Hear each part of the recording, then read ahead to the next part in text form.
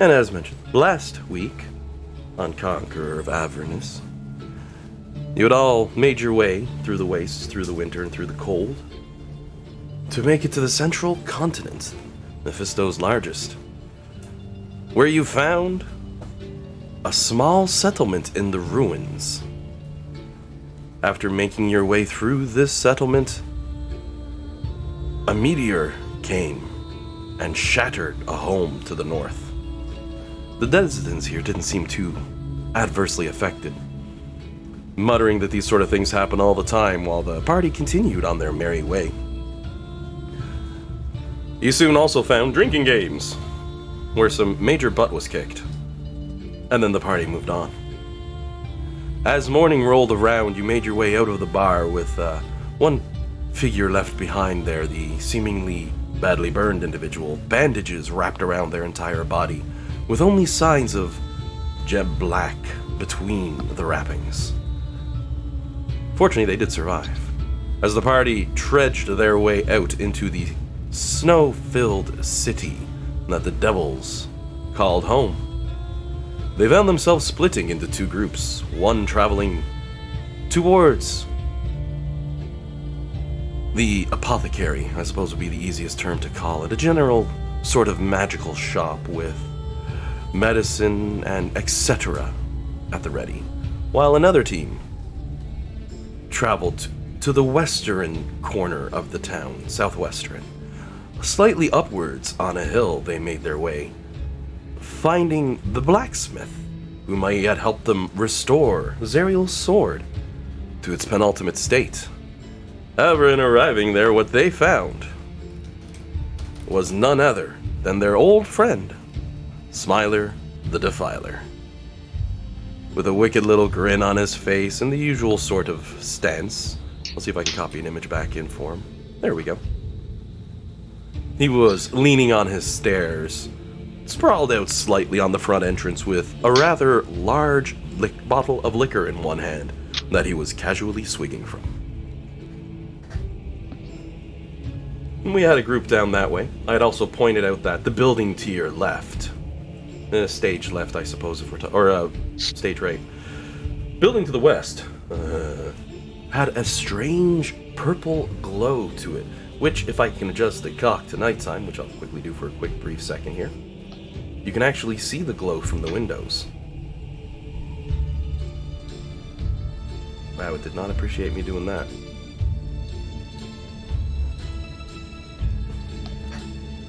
The purple glow continues from that building, and you can hear voices chanting inside.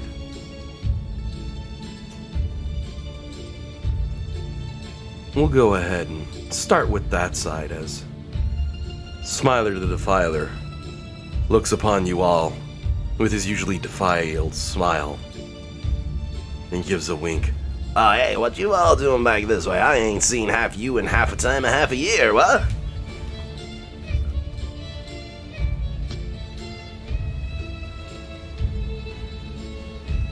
And I do believe it was Jade, Flux, and Crickendalt, along with Lulu, who went down this way.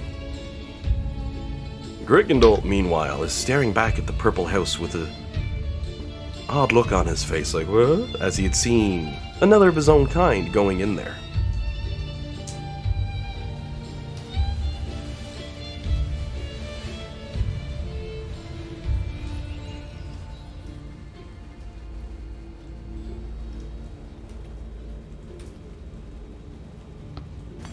I do not remember where I was.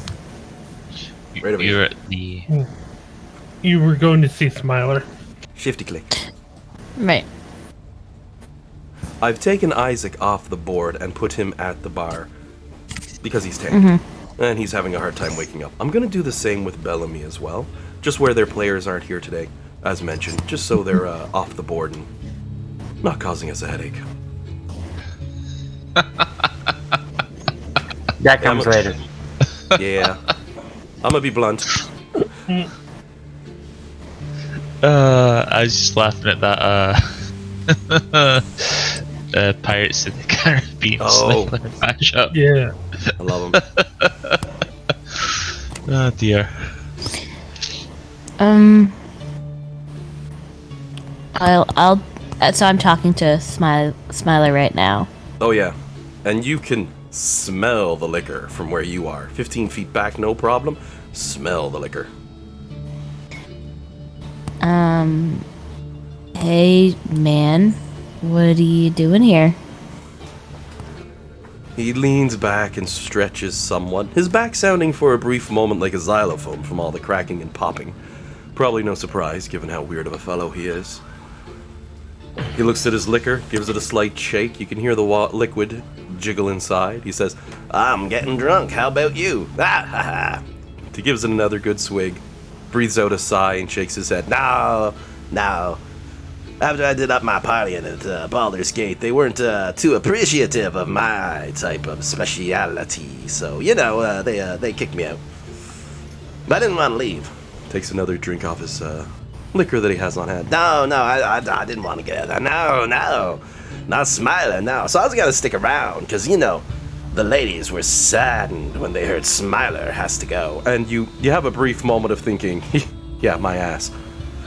So then they used Banish on me, and here I am. I was gonna make my way out of here, but, looks like the doors are closed. So I'm getting drunk. And he takes another good swig. 'Cause really, what am I gonna do in a town full of cowards who will not draw the blade? I could forge them, but they'll just rust. How long have you been here for? He gives his jaw a bit of a rub and tilts his head somewhat. Oh, I don't know, maybe a month. Hard to say. I don't really, I don't track time too much, you see. Just, I make notes in my journal between the blackouts. And he holds up the bottle and then gives another laugh.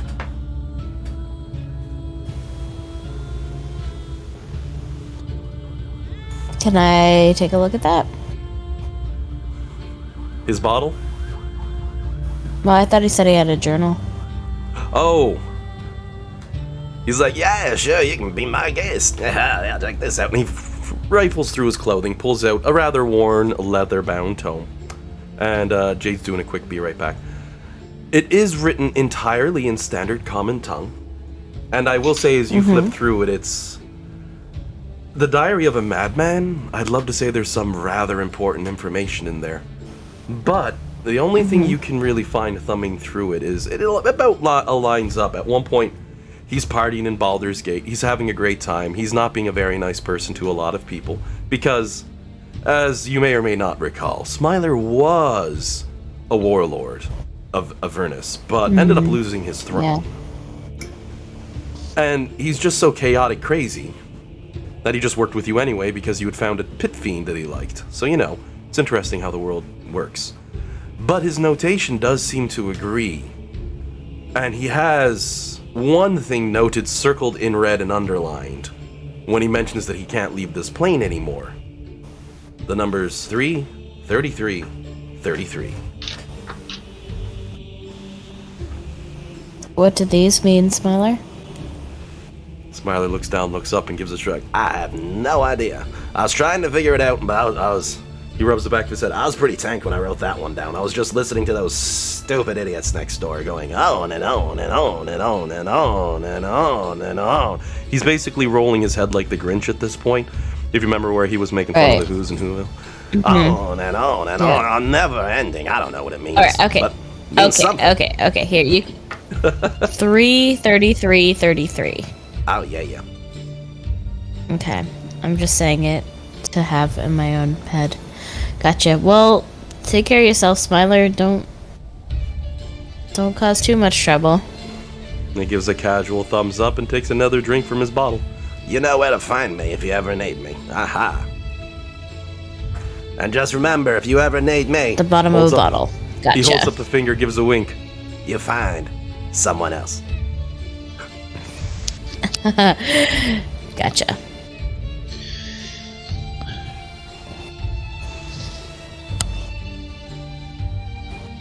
Weren't you going to see if he would fix the Sort of Zariel awareness. sword? Oh. Was I? Oh, okay. I don't remember Yeah, coming up with that's that. all I will say essentially as you're starting to turn, because I wanted to see another party member say it first, Lulu would be giving a quick tug on Flux's leg. Oh, but so he's the blacksmith. To which... Oh, I forgot. Exactly, you'd have that, oh, right moment, exactly. I'm having a little bit of fun. Yeah, I didn't know if it was like, maybe if you just didn't trust him or whatever, which, fair enough. No, I just legitimately forgot. That was a week ago.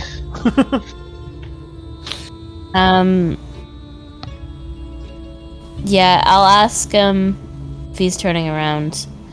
We meet somewhere a little bit quietly, really quick, before you carry on. Oh, well, yeah, I suppose. Not too much going on in here. As he gets up and stretches a little bit from side to side, and he pulls out a set of keys, and there's like 20 keys on the key ring as he starts fumbling to get into the door. Yeah, we can just take a step inside my office as we're going, and I mean, right over in here. It's a good place. We can just walk right inside and take care of the... God damn it, which key? And he goes quiet for a minute as you see him flipping through his keys. Finally finds one, gives a nod, he goes, this is the one I know because I marked an F on it for F right off. Opens the door up. Walks into his shop. Is it this? What building is it? This one right here. I've given the door an open. Oh, it was that one. Okay. Yep. You can feel free to pop your characters in there. Same sort of effect happens. You get that nice ceiling disappears, everything else goes. Crickendolt's going to be peering inside. Lulu's going to be just... She goes right in beside the warm fire, sits down, she's like, oh my word, this is so comfy. Flops on her back. Smiler gives a chuckle and says, what is that? Oh my word. She has no fear. Love it. Alright. I shouldn't be seeing an icon for Smiler, should I? No, I don't have much on the map for the NPCs for this one. Okay. I wanted to go relatively cool. I just easy on wanted the stressors on the map itself, because it's already full of junk, so... No, it's totally fine. I just wanted to make sure there wasn't something I wasn't seeing. Nah, makes it easier to move your minis around, too. I'll just kind of look at Jade to if Dan's back. Yeah, I'm back. To take it away. I'm gonna be right back now, actually. I'm gonna move around his whole shop to see if my blind sense picks up anything. Nope. Before I start. I'll even give you your standard perception roll, because I know what your minimums are there. And nothing's triggering on you whatsoever. The shop itself is actually surprisingly, meticulously clean. Prepped to such an incredible degree. Everything is sorted, everything cleaned, everything neat, and everything tidy. You even notice as Smiler's walking in, stumbling as he is, he adjusts one of the hammers on the table to the right in front of Flux there, to be perfectly in line and in place where it needs to be, as if his hands know the work even though his brain is in a fog. And he stumbles as he spins around, but nothing triggering for Jade, no, nothing in here at all. As you're walking around, Smiler gives this big smile, he goes, I see you're appreciating my handiwork, lovely, yeah, some of this stuff here, really good for killing, yeah. And he looks over at Flux and starts rubbing his hands together, and he's like, so, what you want to talk about? Can you restore magic to weapons that have been depleted of magic? You see the look on his face drop somewhat as his hands sort of droop. Lily's like, I thought we were talking illicit substances. Yes, I can restore magic to items and do all that stuff. It's blacksmithing at its finest. One of my special traits, picked it up back in a vocational school, and ever since I've just been rocking it.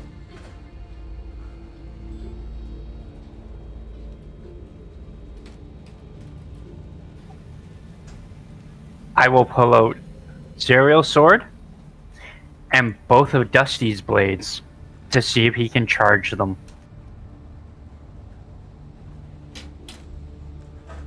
So he takes a peek at as he brings them out, and he gives his jaw a rub and tilts his head towards one side and back towards the other.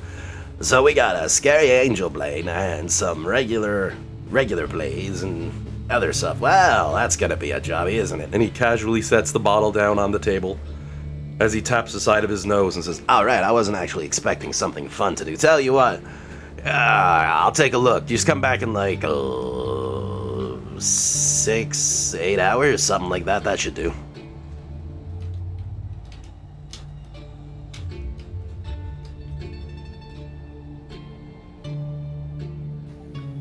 How do I know you're not going to run away with these?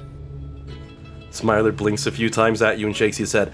No, brother, you're not listening. I didn't say leave them here. I said come back in 6 or 8 hours. As he sits down in a chair and sets the bottle aside on a barrel beside himself, nodding his head.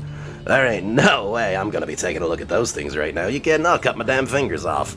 Grabs a blanket from across the floor, flaps it through the air once and sets it over himself. Yep, 6 to 8 hours. That should give me enough time to sober up. Okay. I was thinking that's a really quick turnaround time. That's impressive. Yeah. Smiler That's a good one. literally acknowledging, oh shit, I can't do this drunk, come back later. That's good. And while you're all debating your next steps, I'm gonna go ahead and shift the focus now over to Alec and Alex. And Nimbar. And Nimbar. And not Nimbar. It's a nice magical area. They have a really well-stocked apothecary mixed with standard clinical implementations. As you examine the product, you find that you would indeed be able to distill the crystal around Zariel, thus freeing the body. But it isn't something that you could see a way by which you could tap in and access. It just requires far too much of your power. However, Alec and Alex both come to that same realization before looking at each other, only due to the fact that there was a second of you there working on the same calculations, the same work, the same examinings of knowledge. You realize together you definitely could echo someone's spirit into Zariel's body, but for only brief blips, about 6 seconds at a time, if you get what I mean. The return process as well will leave the creature somewhat stunned for a round. So essentially anyone who does this loses 2 turns. One as they're inside and one when they come back out and they're under the surprise condition. But you can only send one person at a time. And you also know the process is going to be exceptionally detrimental and damaging to those casting the spell. Your simulacrum is more than willing to take that risk, as he says. You know what I mean? Implying that every round that you maintain this causes damage, and should your simulacrum die in the process, then all this pain is going to fall on you and double up while you try to maintain it. A risk, for sure. But if you can get in there and purge whatever evil has its hold over Zariel, well, you definitely could. However, the DM says as he quickly rewrites a single line in his notations here. In order to begin this process, Zariel's crystalline form would first need to be soaked in a mixture not dissimilar to the sort of one that you would use for Nimbar for holding on to his clone. The chemical compositions and mixture for it is slightly different and fairly more alchemical in nature. But if you were to pop her into a sealed container mixed with these things, then within a day, the crystalline substance around her, forged of her own power, would be loosened and weakened enough that you could start the procedure. However, once started, it cannot be stopped.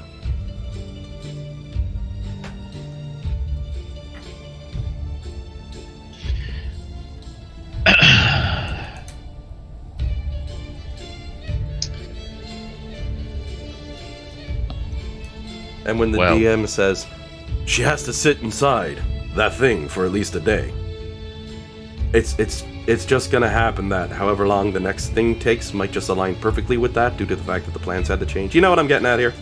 Yeah. Yeah. This wasn't originally in the game plan, but I do what I do. Yeah. I'm picking up what you're putting down. It's like, you know, we were just talking about Pokemon. It's like when you can't get any further because you've not got the right gym badge yet, and there's a guy in the way. This is kind of like that, except what's really happened is you realized, hey, if I use Ember on Charmander at the same time as I'm using the Light TM, it causes a glitch which shoves me a square forward and I can skip the problem and keep going. That's kind of where you got to Yeah. with this one. So, Yeah. you know. Okay, well, I think Alex probably says, I'm fine with this plan. I'm made of snow. Oh, yeah. Alex is like, this'll kill me. You bring me back. But this'll kill me. Probably. Unless we're really fast, which isn't gonna happen. Yeah. Alright. I will add in the final thing, which is said by Alex. As he gives his head and you would realize this half a second after him. And as Alex would say, well, yeah, that's because you got too drunk last night. Haha. Listen. Hey, I Everyone won. relax. Listen. Listen. He will come to the realization that if you had someone like Mad Maggie to turn it into a triangular casting between the three of you, you could send the whole party in and maintain them.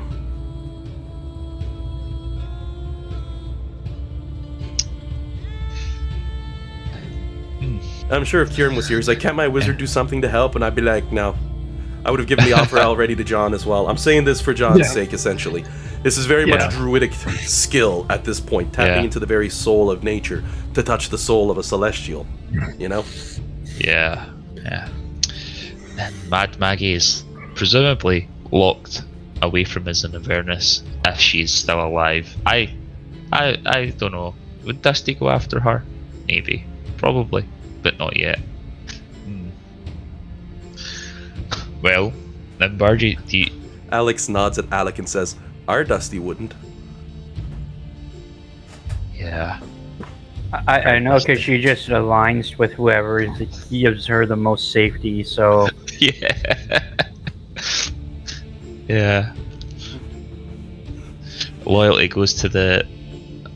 It's not quite the highest bidder, but like the biggest power player, I suppose. Which fair enough. She's still alive. He shows up at her fort. She's like, oh, hello, Derry. Would you like cookies?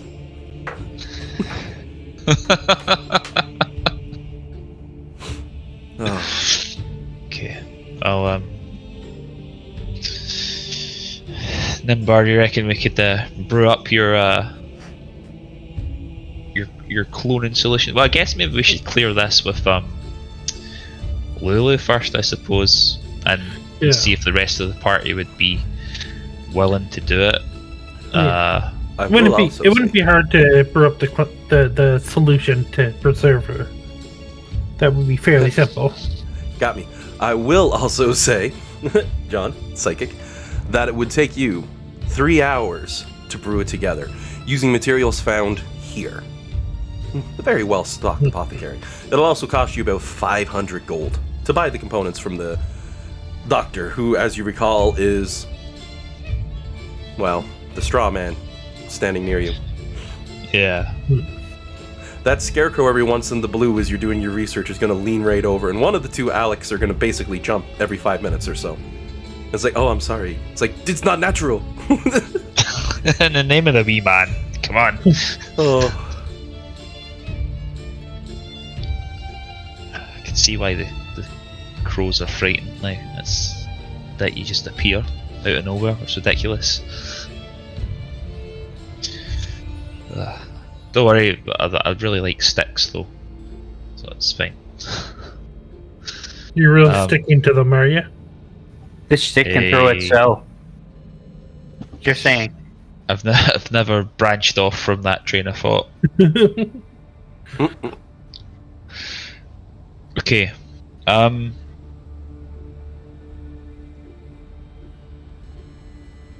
Right. Let's go and tell the others our plan and probably get 500 gold from Jade because he has all the money, I think. Well, I might be stretching out on a limb here, but I'm pretty sure Jade's rich as balls. Oh. Yeah.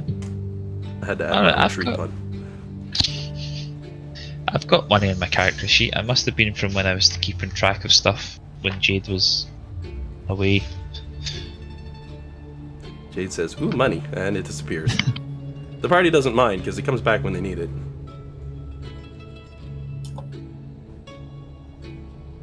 Alright. Okay, I guess the two Alex will leave the shop and go looking for the rest of the party. Alrighty. And speaking of the rest of the party, let's pop back down there. I like splitting the scene back and forth a few times to shuffle it up for narrative purposes. But kicking back over. Flux, as you give a read through, because you were wondering when it was that Smiler had listed in his book, things went poor.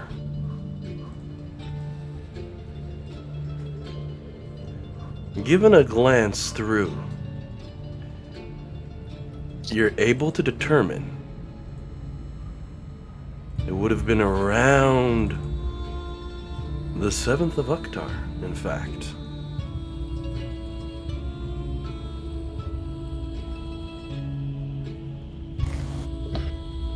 Is that significant? How long ago was that? I don't have the calendar with me. Is it a significant date? Right now we're the 23rd. The 23rd. Okay. Somewhere around the 7th of Uktar. If you'd like, you can have Flux roll a knowledge history check or a survival check. As she basically rubs her jaw and she goes on trial, and they're like, "Where were you on the night of the 7th of Uktar?" You know what I mean? Yeah. I'll go for survival if that's alright. Yeah, sure. Flux looks up. Let's see, the 7th of Uktar, the stars would have been... Oh, right, no, we were in hell. No, we weren't on this layer of hell. No, we were in the other layer of hell. Yeah. Yeah. Oh, yeah. With a 19, you recall that was somewhere around the time when you were going for that unicorn, wasn't it?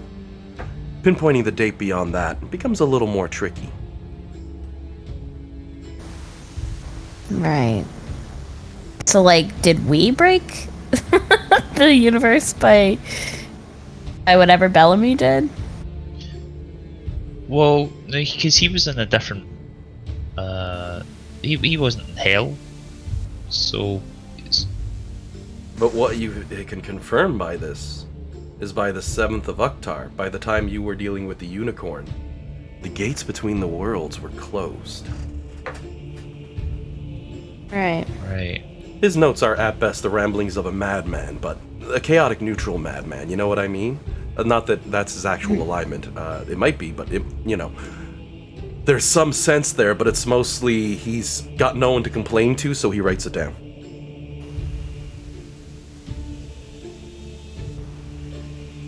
This is interesting. Alright. I would be sharing that with Jade if you're gonna make an observation, Dan.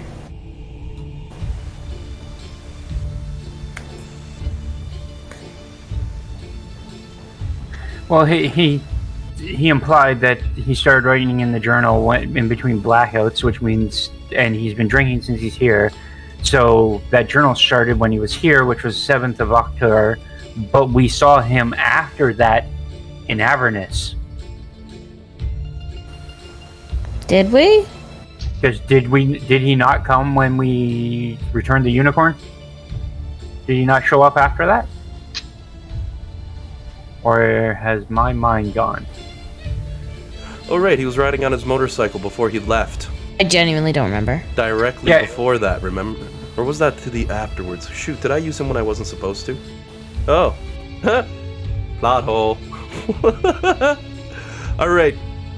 I gotta, if that's when I think it was, let me check one of the recordings here. Now I'm questioning myself. The only time I remember meeting Smiler is when he showed up to take a bike off of Dusty. No, Yeah. when the party happened at the Wandering Emporium, Smiler was there. He did the bike flip over top of the Emporium, and he was the special guest. Yep, the Right. DM may have slipped on that and have to make a quick amendment. So we're To going to the say date. that journal is dated the 9th of Oktar, which is after the return to the Wandering Emporium, I think. Okay.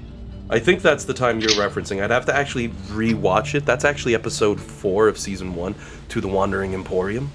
I think. Yeah, like I said, it's been a while, I'm so not my sure, memory though. might be off. But I thought for sure he was at the party afterwards after we rescued the unicorn. He definitely was. Give me a second here. Which would imply time differences. That time passes at different rates. Oh god. A blue police box appears, and a man in a disheveled suit comes out and tells us all to stop it. Then goes back and disappears. But which one? My favourite one, the one that looks like David Tennant. Oh, you're supposed to say Christopher Eccleston. Eccleston was alright, but I don't think like David Tennant just has a certain charisma. The problem with Eccleston was we didn't have enough of him. Yeah, he's pretty notorious for only doing like a certain role once because he doesn't want to be typecast. But now he's not typecast, but he's put himself in the spot of being quite obscure, I think.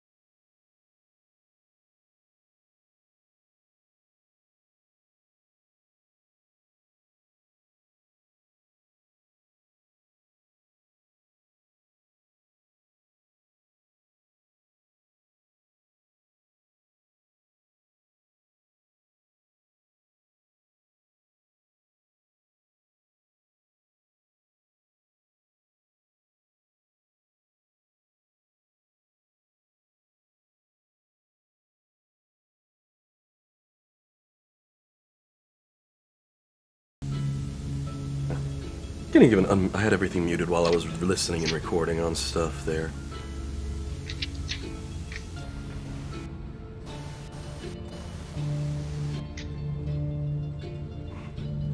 I thought he showed up a little bit earlier than that. That's the only reason I mentioned it, Jade. For Dan. Oh my god. This is what I get for reading and watching and doing too many things at once. Maybe not, though. That might have been your first major time through. For right now, just ignore the fact that Smiler did a jump over all the vehicles. I'm gonna find exactly when that happened. I may have to amend it and say, acknowledge I made a plot hole, and say that happened way Already earlier. forgotten. Yeah. A small slip. It's like someone watching the Michael Bay movie afterwards and it's like, hey, wait a second. His leg was blown off in the previous scene. How's that Transformer still walking? And you got like Macaroning shows up. A wizard did it.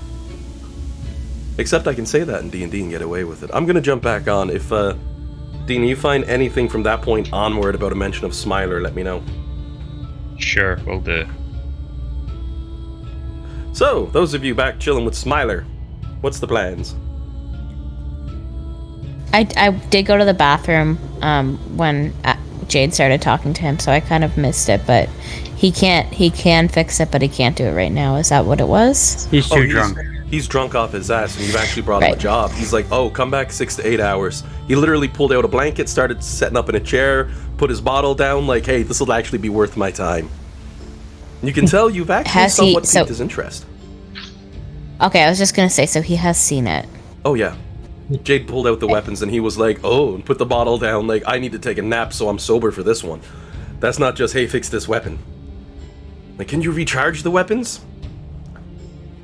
He does freely admit to you, however, in regards to recharging the weapons, that with weapons of that grade of power, it's never that easy.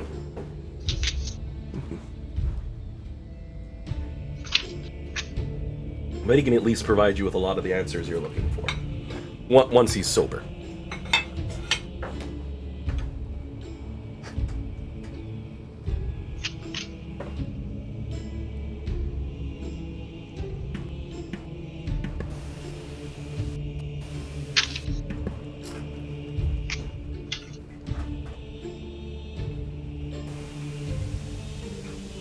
That was also...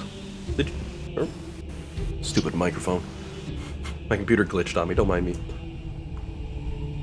I will also make note that there was the creepy, weird doomsayer Crickendole peoples to the building to your left. To the west. Yep, and everyone avoids them, right? Yeah. They're people involved in a cult. The town thinks they're creepy.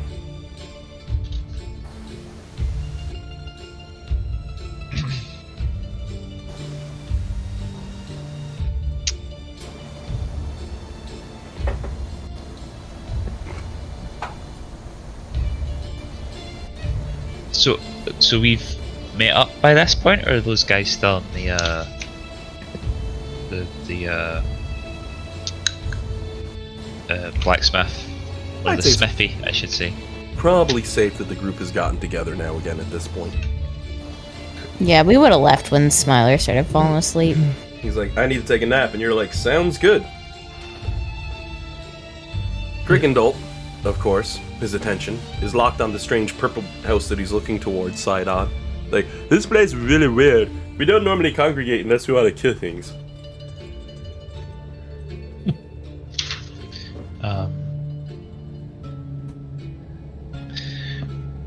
Well, I mean, we could definitely check that out. But maybe before we do that, we would need 3 hours to create this mixture for Zariel's ice cube. Yeah. And I'll so we don't need to go through it again. I'll go over like what the process would be, and Alec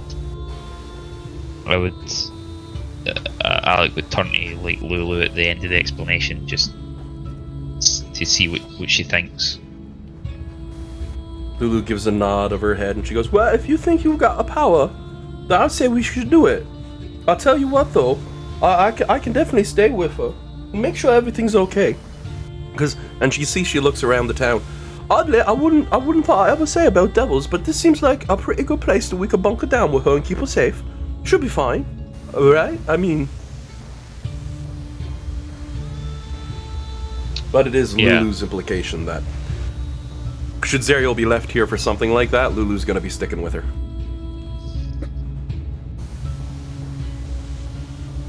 So then I guess Alec looks over at Flux. What? If Lulu stays here, would you be okay with that? I know. I'll give her a little head rub. I know where Lulu's priorities are. It's okay, as long as she's safe. Lulu gives a nod of her head. I mean, well, let's look on the bright side. No one's gonna do nothing to me here. We got Gargoth at the bar. He'll protect me. He'll make sure... No, I can't even say that with a straight face. Yeah, that was a good one, Lulu. You had me going for a second. Gargoth hasn't moved from that chair. He's just sitting there grumpily.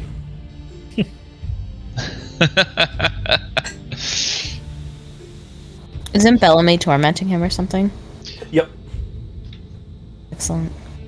That is definitely what she's still doing right now.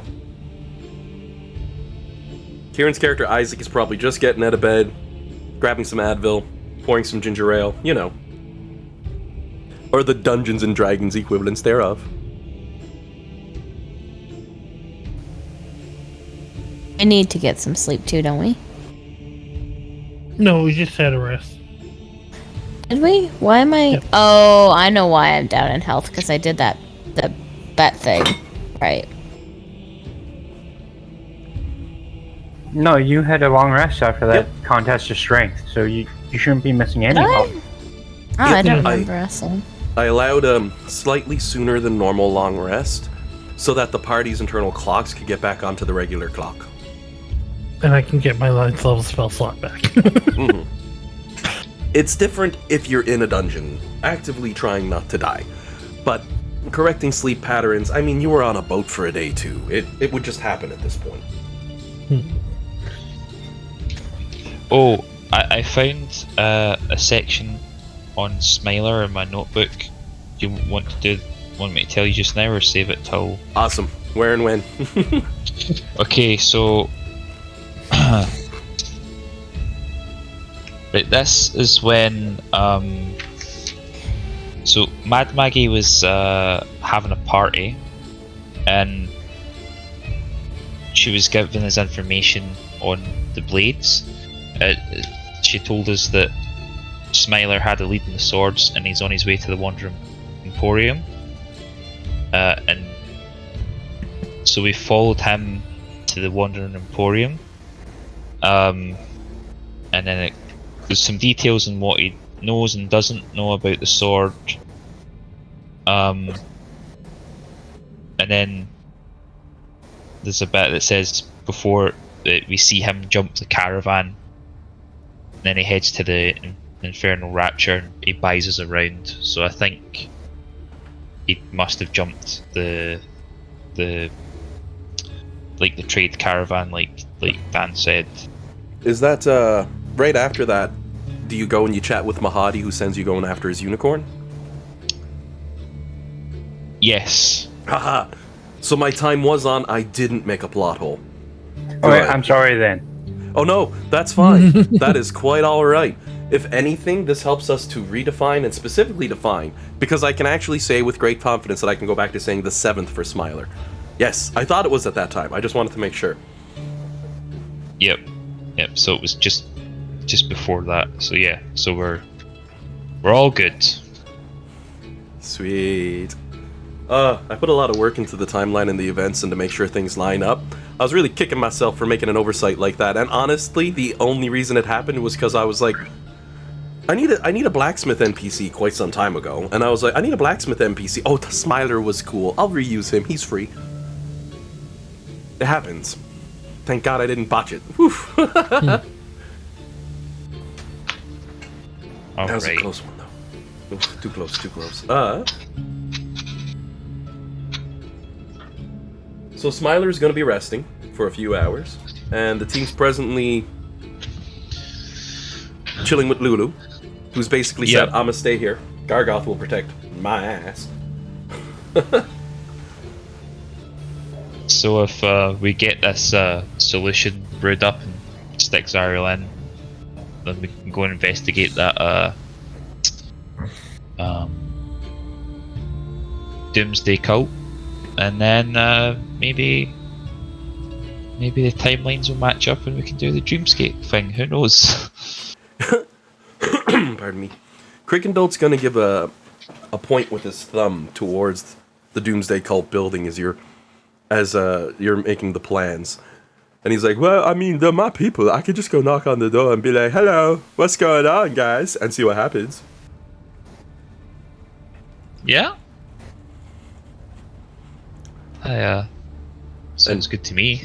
I will say, as Alec is like, yeah, that sounds pretty good. He's gonna grab Flux by the arm, say, all right, come on. Because if what did he say? Sorry, it cut out on my end. Oh, Crickendolt was saying he could go give a knock on the door. They're his people. He could see what's up. And Alec said, okay, yeah, that could work as a plan. He's like, while Alec and them are working on the solution. So Crickendolt says, great. Reaches over and grabs Flux by the arm and says, all right, come on. Oh. Very much the, I need the big, strong ones with me just to be safe. And, yeah. He grabbed Jade by the arm, but odds are he grabbed Jade by the arm, looked down, and Jade's gone. And he goes, I could have sworn I grabbed him. And Jade's like, oh, you did. And he'd be like, where the hell did that voice come from? Jade's just like, behind you. And he looks, and Jade's like, I'm already in front of you now. Oh, no. I could go on. He'll turn to look forward and, no, look up. Standing on top of a roof. How did you get up there? Crickendolt climbs up there. Jade's already back on the snow. You're too slow. So, for the sake of narrative purpose, I'll move Crickendolt around, who's gonna walk up towards the door with the purple glowy lights and all that stuff, and he's gonna look over towards... Oh, I have the game pause, my bad, I had to reload.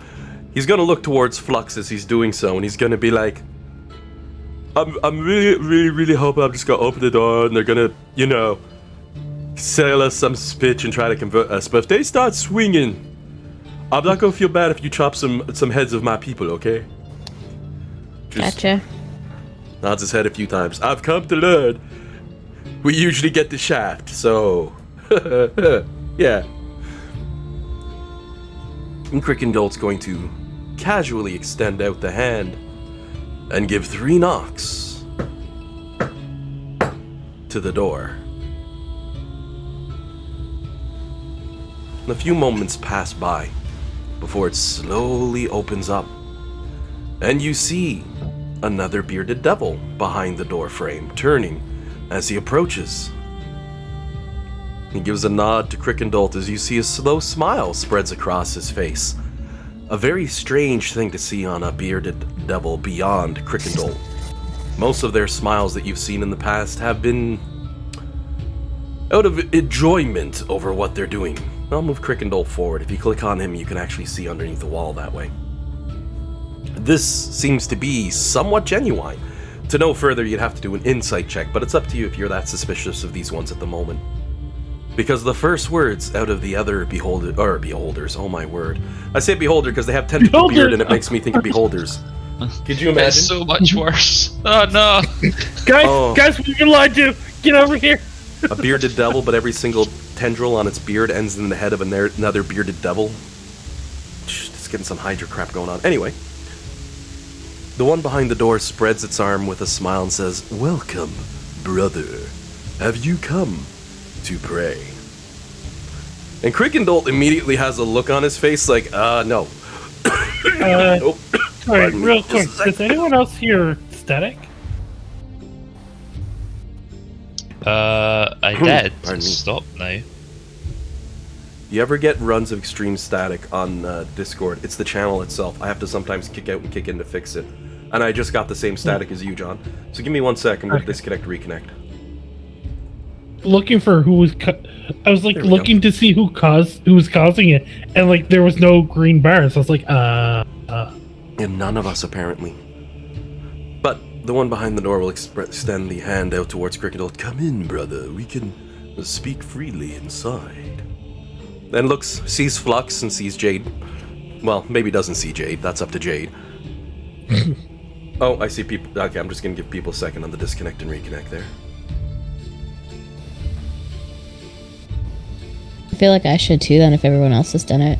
If your voice is working fine, I wouldn't worry about it. Jillian, if everyone else was jumping off a bridge, would you jump? I know, I just don't want to screw up, I just don't want to screw up anyone else's audio. That's my problem. I know, I was just kidding.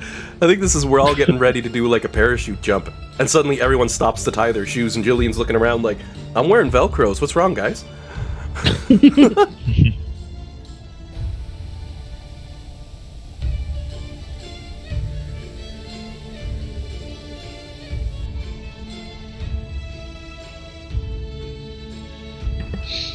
Sandy brought me nachos and coffee. Nice. One's brain fuel, one is just fucking good. Coffee, good enough to make me drop the F-bomb during D&D. That's my job. Oh, you get a free pass, though. Thanks to the genetics, you can just be like, oh, we're the best at it, so you know. Oh, but... The horn or bearded devil will extend his hand outward and keep that same smile on and say, "Your friends are more than welcome to come in as well. By all means, all are welcome. In the Church of the End." And glancing into this room, you can see a doorway inside there, which most likely would lead to some form of living or bedding quarters, as you've seen. Some odd runes on the ground, etched in and carved in by hand, not radiating any real magical power. I say that because if Kieran was here, he'd be like, I got my stick, so I'll just give it to you. Because it's the only fair thing to do, but he's not here and I don't want to play his character that much. You know, overstepping my bounds as a DM a little too far. What you do notice, however, that radiates with magical energy, but nothing specific, are these odd lanterns inside the building. The ones that are giving off the purple light. Crickendalt sort of looks sideways at one of them before looking somewhat disgusted as he looks back. You put in the... And the other bearded devil holds a hand up and shakes his head. No, nay, brother. Those are those who could not perish. In such agony and anguish, they tore their very spirits from their form, for we cannot take our own life. Bound to this form of hatred and pain, they put themselves into willing bondage, waiting for the end to come and take them, but not wanting the burden of physicality. Crickendall blinks a few times. He goes, "What? That's messed up. How could you give up? How could you give this up?" As he looks over his body once, right? And those of you looking in would notice inside those purple lights, every now and again you can see the image of a face, the eyes and the mouth at least, wailing in agony as they mesh and mold together. But again, passive insight checks would not be picking any lies from the bearded devil welcoming you inside.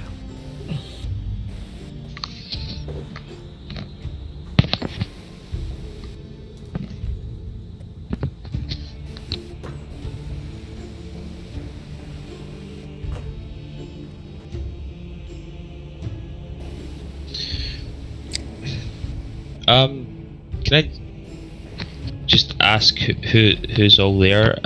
Is it just Crickendall and Flux? At this point, pretty much everybody could be there. I thought I was making the stuff for the thing. Yeah. So you guys are making the stuff for the stuff then? Yeah. Right, I just wanted to confirm in case there was any confusion. So it's pretty much just Jade and Flux and Lulu. Lulu's actually going to make a whisper to Flux, acknowledging that she hates devils. She's not a big fan. She spent hundreds of years of her life fighting them with Zariel. But even then, these ones give her the willies. It's weird. It's not natural, even for this unnatural place.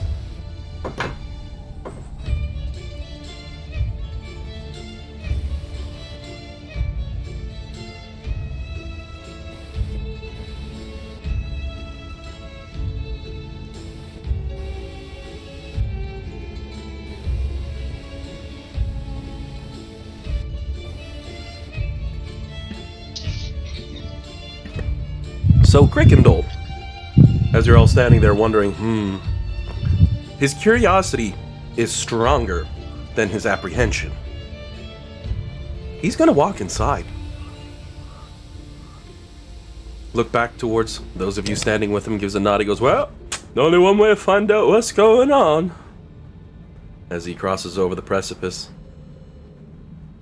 And he notices the other bearded devils sitting around. Two of them sitting in what appears to be makeshift altar pews. One standing off to the side, actually practicing his glaive work. As odd and uncommon as that would seem, but with more than enough room to not come near hitting anyone with it. One sits, or stands rather, at an altar to the south of the room, with an old, worn tome.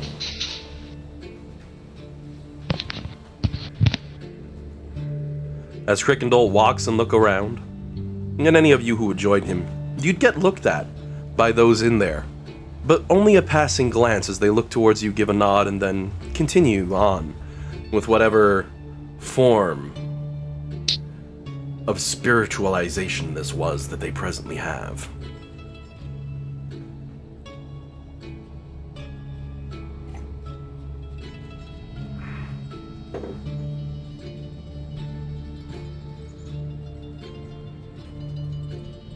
So Doom was talking to me for a second. So there's a tome. They let us into a different room. Into the room where Crickendall is. He just walked inside at this point because they welcomed him in and said, come on in, brother. Inside of this room, there were the lanterns. The lanterns have the spirits of devils who didn't want to die, but didn't want to live anymore in this world, so to speak. So they extracted their very spirits into glass, and you can see the horrifying look in there. But for all intent and purposes, your passive insight, you know, that sense of, someone's lying to me, hasn't been triggered. You'd always do an active check if you really wanted. Yeah. But you don't get the willies from these guys, but Lulu has said this is weird. Devils normally don't act like this. They're not normally, oh, forget it all, we're done. But beyond that, they are also showing you kindness. They've allowed you to come into their home, I suppose? To this place of worship that they have. If you stick around for about an hour, you'd be able to get an idea of what sort of sermon they're talking and what they're saying.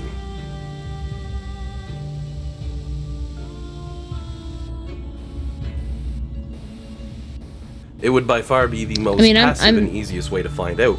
If you didn't want to start prying questions, you could always sit and just listen. Yeah, that's what I've been doing. I'd stick close to Crickendall and watch for his cues if he's comfortable or if he wants to leave, and just kind of listen and observe for a little while. Crickendall's rubbing his jaw, which is quite the sight. You don't know how he gets around those snake tendrils. Pardon me again. For a brief moment, as he looks over towards Flux, gives a nod. He goes, "This is something weird. I bet you I could side vault right over that couch and flop down beside one of them and he wouldn't even flinch. My people aren't normally this passive. This is very strange. I don't know what's going on here, but one way to find out." And he gives a wink and he does just that. Puts a hand on one of the couches, jumps over the back of it, and lands with a heavy thud. The devil beside him slowly turns, gives him a nod, and goes back to their workings. Crickendall seems actually somewhat disappointed. So, I'm going to go ahead and skip an hour. Because I accidentally closed my small clock, I have to use the big one. There we go. That means it brings at 1:45 game time. You'll be done with the chemicals for mixing up Zariel's bath. After an hour has passed,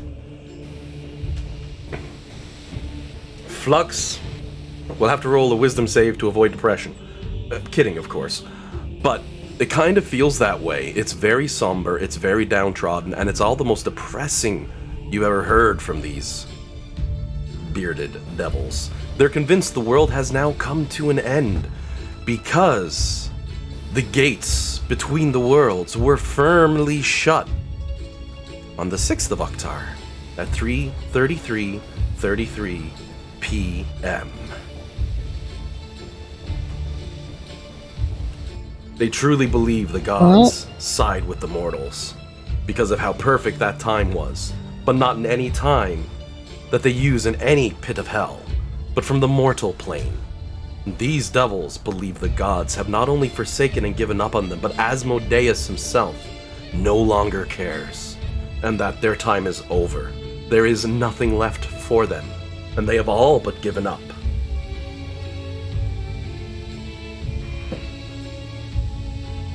Meanwhile, John's writing down, okay, 3:33 p.m. on the 6th of Oktar. Got it. Videos, I'm coming for you. I'll be kind. Episode 1 of what we have on the recordings for Conqueror of Avernus is where you're going to want to look. Because we made a slight error when we put the months down, I had to adjust them, as you might recall. But the 6th of Oktar is episode 1. Have fun. See, this is why I was kicking myself when I was like, no, I didn't screw up with Smiler. I put a lot of work into this 3:33 bullshit. Oh, I love having a game clock. I'm just wondering, what did we do? Must have done something. So you now know what the Cult of Apocalypse believes, with the gates between the worlds closed at that exact date and time.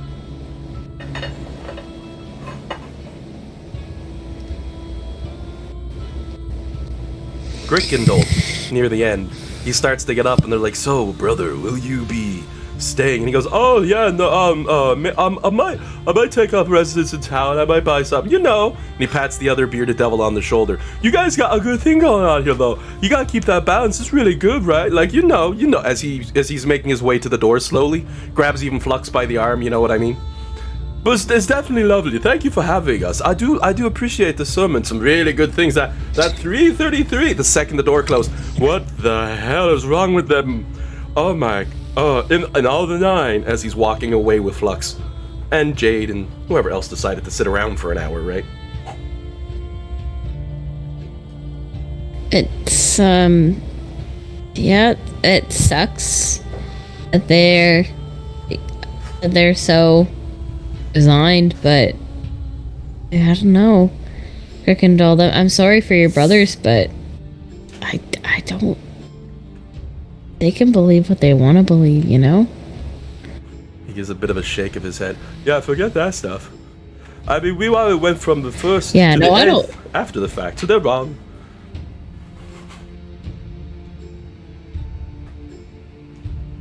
Grickendolf does not even seem remotely enraptured with his own people here. Quite the opposite. He's like, he couldn't get out of there fast enough at the end. He's like, nope, thank you, no, thank you, no, thank you. Oh, right, yes, no, definitely sign me up for the 30-day reward package. I'll just cancel it when I get home. Apparently, in one brief instance, I will say, for Flux, she can see that he's being polite, being kind, and letting them down gently.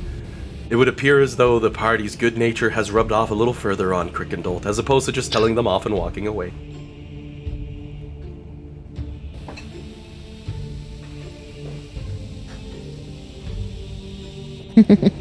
Now. Yeah, I mean, all I can really think of doing is going back and telling everyone who wasn't there what we found. And that's the second time that I heard 3:33 today. And to be specifically told on the 6th of Oktar, that's 3:33 p.m. The gates to the worlds were shut. Yeah. Yeah, I would relay all of that to the rest of the party and just kind of be like, I don't know. Things are kind of fucked up. I kind of see what they're getting at. Lulu happily marching alongside you. She gives a shrug. She goes, well, I don't know. If you try to find meaning in numbers and you keep looking all the time, eventually you just go find something. Like, there used to be this one number I heard. It was the number 42. It's supposed to be the meaning to everything. And I mean, wowza. I heard a lot of interesting stories. But Buddy, who made it up, he said to me one day, he's like, Lulu, I was looking out in my garden and I thought to myself, hey, self, what's a good number I could use for this story? I said 42. Lulu's mini rant, however, gets somewhat cut off as you turn the corner heading up towards the center of this area again. As you were on your way to your friends to give them info, you end up bumping into someone. Firm, hardened body stumbles back somewhat as you turn to look at who was quite so clumsy. It's probably no surprise, however. Covered in bandages from head to toe and wearing burnt clothing, with only small gaps of black showing between what little bandage you can see between. The face of the burned devil turns up towards you. Can't even see the eyes on him, covered so much in bandages. The head tilts back slower by the moment as he seems somewhat frozen in step, before holding a hand up and pointing a finger right at Flux's face. Nodding a few times. Yeah, that's it. That. Could you show me your teeth? Give me a big smile. Just want to see, or vicious snarl, or, you know. 'Cause you're the one grab with the his hand raptors. and push it. I grab his hand and push it away and You don't have much trouble doing so. No strength behind it. But his gaze doesn't shift from your face. What's it to you? Inspiration. I heard you bested a pit fiend when you were playing rafters. I want, and I can see it in the eyes. I need to capture it. No. And he's tilting his head as you're speaking, checking the teeth out, and he nods. He's like, no, yes. Such magnificence and perfection. I will capture. As he then continues to walk past you, nodding. Who are you? I don't like this. He just continues muttering to himself. Yes, it'll be an easy design, certainly, yeah, wonderfully built. Oh, such a design I can make, it'll be lovely. I know it. As he continues to wander back off towards the crater to the north. Can I grab him can I follow him and grab him by the scruff of the neck? The scruff of the shirt? Fairly easily as well. Though his body is rock hard as you wrap around to catch on to him, you have no trouble stopping him. Probably makes sense given what he was recently put through and still surviving. He stops and pauses. He goes, oh. Yeah. Oh, yes? What are you doing with my face? I will immortalize you, my dear. No. Yes. No, you won't. Why not? Who are you? People love my sculptures. And I think yours would be a perfect addition. Never have we seen someone beat the pit fiend. You're gonna sculpt me? And he nods his head a few times. From the ice, I will make them. I need to make some. Mine, well, they're melted. What? I drop them. Be like, is anybody with me by chance? Well, Jade's there. A magical person? And Lulu's there. I'll ask them, can he do anything with that if he does that for me? There's no magic spell or anything that's gonna make him... Lulu gives us casual shrug of her shoulders. Well, I mean, I know 50 different spells that use forms of artwork, but I mean, at the same time, it's artwork. Yeah. I'll just glare at him and be like, no funny business. He nods a few times. He says, no, I won't make it look funny. No, must make it look good. Yes, as he makes his way back towards his crater. As he's going, you can see he's looking, and he picks up pieces of chunks of debris of ice, though. It's very clear he has some trouble moving the ice as he goes. So who is he? Should I know him? You said he was burned. And the trouble he's been through? He's the body that was pulled. He was the body that was pulled out of the crater. Oh, okay. Yeah, I forgot that too. Sorry. Oh, no worries. Flux like, who's this creepy guy? Lulu's like, he's that guy who got hit by a meteor. And Flux is like, oh. It just works. I think maybe the reason why I wasn't thinking of it is because I thought the guy was in no condition to be walking around and stuff.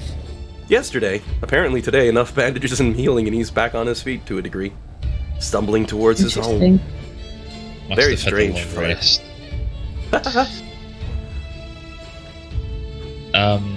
You said we'd be finished the brewing the mixture around 11:45. 1:45, because that's the 1:45. 3 hour mark. So you still got about an hour and a bit. However, it is. I knew there was a 1 there somewhere. The actual time is 12:06. Did we want to take a quick 15-minute break? Come back at about 12:20. Sure. Yeah. The usual lunch break. Alrighty, I'll pause the game here, and as always, I'll put myself on mute in Discord so you can see I've stepped away. And we'll be back in 15. Okay. Alright.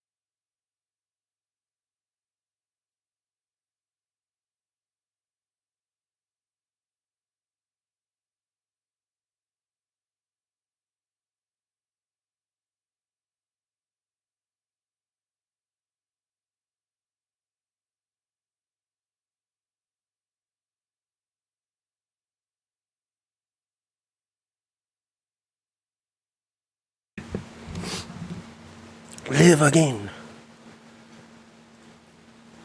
Alrighty, I am back.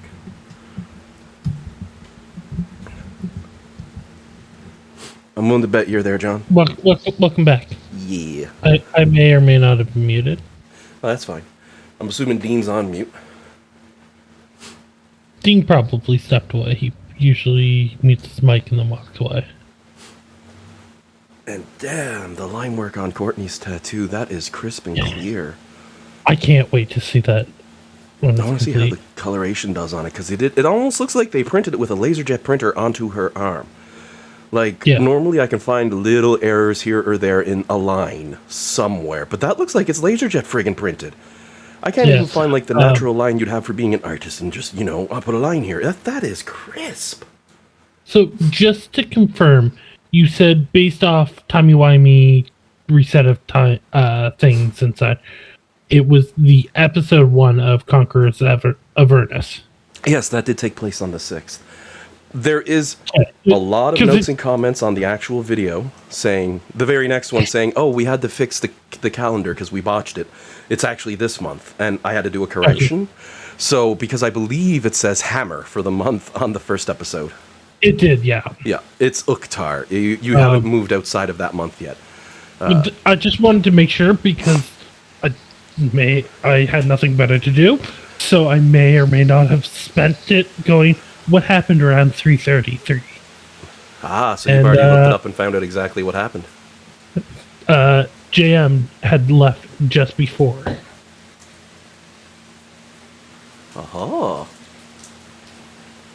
And then we were sitting there talking about our equipment and such. Exactly. So we may not have actually fucked it over the world. I don't believe it. Maybe it was JM who did it. Yeah, we never did find out who JM actually was. We were talking about that, like, who is this JM person? He shows up, he's like, hey, Mordenkainen showed up. You weren't like, oh, who's this guy? You were just like, oh, it's Mordenkainen. I show up and I'm strong, and you're all like, oh, who's this guy? It's like, I studied too, up yours. Oh. Yeah. We compared him to the otter. Oh, yeah? But yeah, we never found out who he was. Nope. Hello. Welcome back. Hello. Oh, and I think Dan's back too. He's off mute now. I don't know. So just so you guys are aware, I spent the time rewatching the first video around 3:30 to try to find out what was going on. What was going on is we were buying magic items. JM left right before the 3:33, and then we were sitting there talking about who he actually could have been. JM. The guy who told us, like, the robe of the Archmage. Yeah. JM. Hey, Dean. Maybe we should give him his chew now. No, puppy. He's a good boy. He deserves it. That's what I think. He said he was good for the first half. I'm asking you to do it because you have a wireless headset and I'm laying down now. Alright, I see. Oh. I see how this Wii works. For my buddies. I was very upfront about it. I don't know how you wouldn't. My gaming buddy Jay, for his birthday this year, which is tomorrow, but it was last weekend, I was able to see him because I didn't have time this weekend to stop by. I got a pair of Razer Nari headphones, like, for next to nothing, and they're like $200 and some headphones. And they have all these functions for chat control and volume control and all that stuff, and THX surround and all this, and they're wireless with like a 20-hour battery. So I got to give him those for his birthday because he's gaming and using volume and all that stuff all the time. And it's like, I mentioned him like the next day, it's like, you deaf yet? He's like, almost, we getting there. But I've never got such a good deal on a pair of headphones as I did on those. And I'll say, Jillian, the only reason I mention this is because I could never go wired ever again. I just can't do it. Yeah. Being able to stand up and walk around as we talk. So, yeah. I say that, but I use my Yeti when we're D&Ding. Sometimes I'll stand up and walk around, and as I'm thinking, what are the players doing? What am I going to do here? But usually I'm sitting in my chair talking at that mic, so bad example maybe, but I mean... Yeah. I bought the razors for the sound quality, so I got the basics that don't have none of the special extra add-ons, but... Oh my god, they've deafened me once or twice by accident. Uh-huh. Tell me why I shouldn't eat that other chocolate bar right now. Because you've just had one? Yeah, I know. There's no reason not to. If it Not feeling very good today, you guys. Kick some that's ass in D&D. That'll do it. Once you do that, then you reward yourself with a chocolate bar. And I feel ya. I'll be honest, yesterday I was rough shape. I almost called today's game, but near the end of yesterday I was feeling good. So I woke up this morning, it's like a little groggy, but I'm like, no, I'm feeling okay. This ain't bad. I just got my lady issues today, so Oh, that's I'm fair entirely. like especially not very enthusiastic. No, that's why I should have a second chocolate bar. Yep. You know what? That's a good reason. Chocolate helps. Or not. It really does. I felt so much better after eating that. Sorry for the echo. Dean just walked in here. I will say, from the standpoint of someone who has pain in their hands, which is completely different. This is because my knuckles are busted to hell. Yeah. The CBD that you can get instead of THC from cannabinoids that they sell at the liquor store, CBD chocolates, they pretty much saved my life. And I know a couple ladies who will swear by them. So just in case, I have a friend or two who go through extreme pain. So yeah, it's not too bad. I just tend to get like I'm just crampy and I have a headache and I just have like really low energy. Oh, it's not a good time. Like I'm so happy to be a guy. I've got nothing else I can say except I'm happy to be a guy, and that's the only reason why. I don't have to deal with that, and I couldn't imagine. Life's hard enough. I go through a standard month, and by the end of it, I'm just like, I'm done with this. I had to do work 4 weeks, add in. No, thank you. No, thank you. Power to you. Yeah. But it's like a very mild hangover. Like, it's not a good time right now. No, it's not fun. No, God, no. I'm fine, but, like, I'm just like, maybe I should just eat another chocolate bar. I did. It went down real nice. I bought these. My friend Shannon asked me to get, like, see if I could find 3 Musketeer bars because she wants to get it for a friend of hers. Oh, but tasty. I found them and I put them in my backpack that I take to work every day, and I kind of forgot that they were in there. Yeah. Did you squish them? I did squish them, and I'm like, well, I can't give them to Shannon to give to her friend now, so I guess I'm just gonna have to eat these three Three Musketeer bars. 9 That's Musketeers. terrible for you. It's the worst. How are you gonna survive? I think I'm just gonna need to get another chocolate bar. For the record, three Musketeers are like my favorite chocolate bars. I gotta say, I don't understand how people don't like coconut. Like, 3 Musketeers are delicious. It's not coconut. It's, oh wait, no, I'm thinking of the wrong one. I mixed them up. You might be thinking of Bounty. Yep, I am thinking of Bounty for a second there. But 3 Musketeers is also delicious. Yeah, I love Bounty. I always eat, like, when you get Quality Street, I always eat the coconut ones out of the tin first. By the way, Jillian, in off-topic pictures, there's a picture for you. Oh, okay. I'm gonna glance at this too. Yeah. Oh, chocolate's a wonder drug for all things. Like, my happiest days, I've had a really rough week. I go to the grocery store because I'm picking up the groceries, and I get to the end of it because the end is where the cold stuff is. And I see ice cream is on sale, half off for Scottsburn, and I'm like, everything is better. I have Heavenly Hash. Scottsburn is the best. Oh, the prices went up, though, and they did that new brand and all that, but it's still good. Give me. Oh, well. I could go on. Dan, you are there, right? Yeah. Perfect, just making sure. I started to go on a half tangent there, so sometimes I lose track of things too easy. But, you know. I had an interesting train of thought regards to the bandaged devil.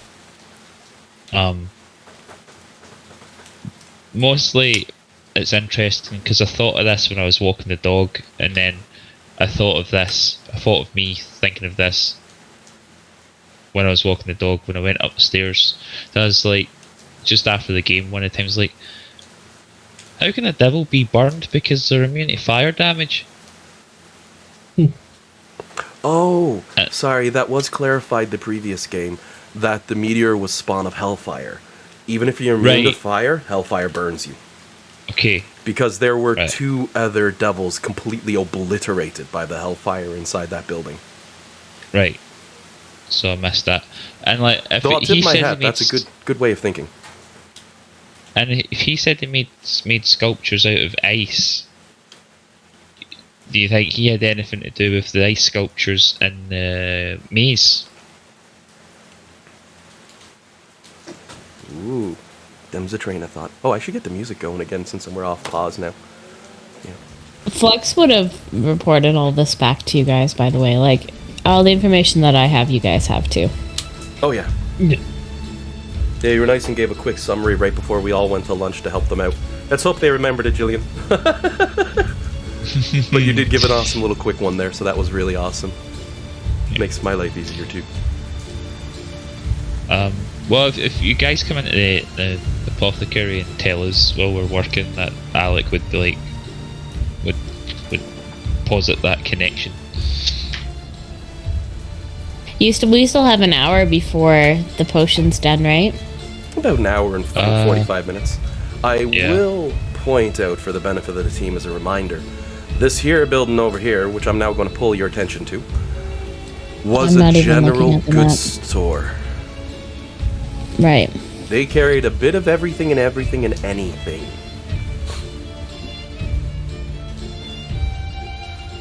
As Jade's walking by, he can't help but notice that he sees in the window what appears to be fancified crystals, at least a couple, and a whole bunch of other random shit.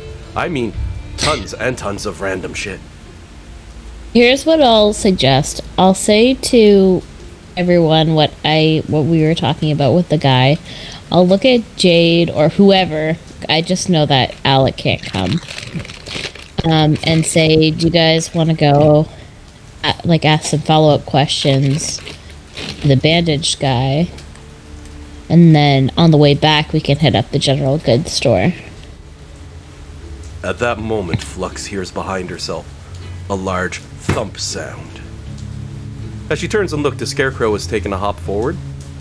And it's like, who are you talking about? Our old Scrimshaw guy. Yeah, he used to carve at a bone, but ran out of... You don't really get that here unless you go killing him. We're not allowed to fight. So he just does ice now. I'm so happy that he's still able to do. Nodding his head. So the ice is new. This Scarecrow turns its head to the side a little bit as it looks up and it says, who to say if water in the cycle returning to the earth and to the skies and back is new or not? Then it could be... Lulu cuts him off, looking up at Flux. Yeah, no, it's new ice. He's just taken from outside. Right. No, I just mean... No, I meant like the ice... His ice phase is new. Oh, yes. He doesn't have, thousands of years of ice experience under his belt, which would mean that he couldn't have done the ones at Blackrock. Oh, right? No. They've only just recently started with ice. Right. As it's that's what I meant. to you by the medic further. This town is not only avoiding combat, they are not permitted to fight. Under any circumstances. Attacking this town is also considered to be taboo. It doesn't happen. People leave them alone because they're considered an abomination. But no one dares strike this town down. Though the Scarecrow pauses, he turns his head to the side. Well, except for the Nightmare in Silver. But you can't account for random variables. What's the Nightmare in Silver? Scarecrow gives its head a shake and sort of shrugs its shoulders as it hops back and forth. Not sure.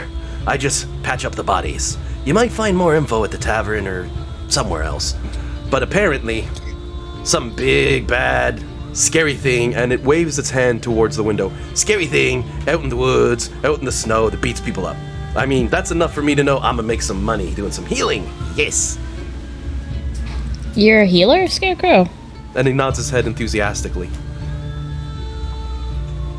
Oh. It's good on you. Someone's gotta keep the arms patched up on these monsters, or give them new ones. Oh, fair enough. He seems quite proud of his job. Jade, who wants to go check out the general store with me?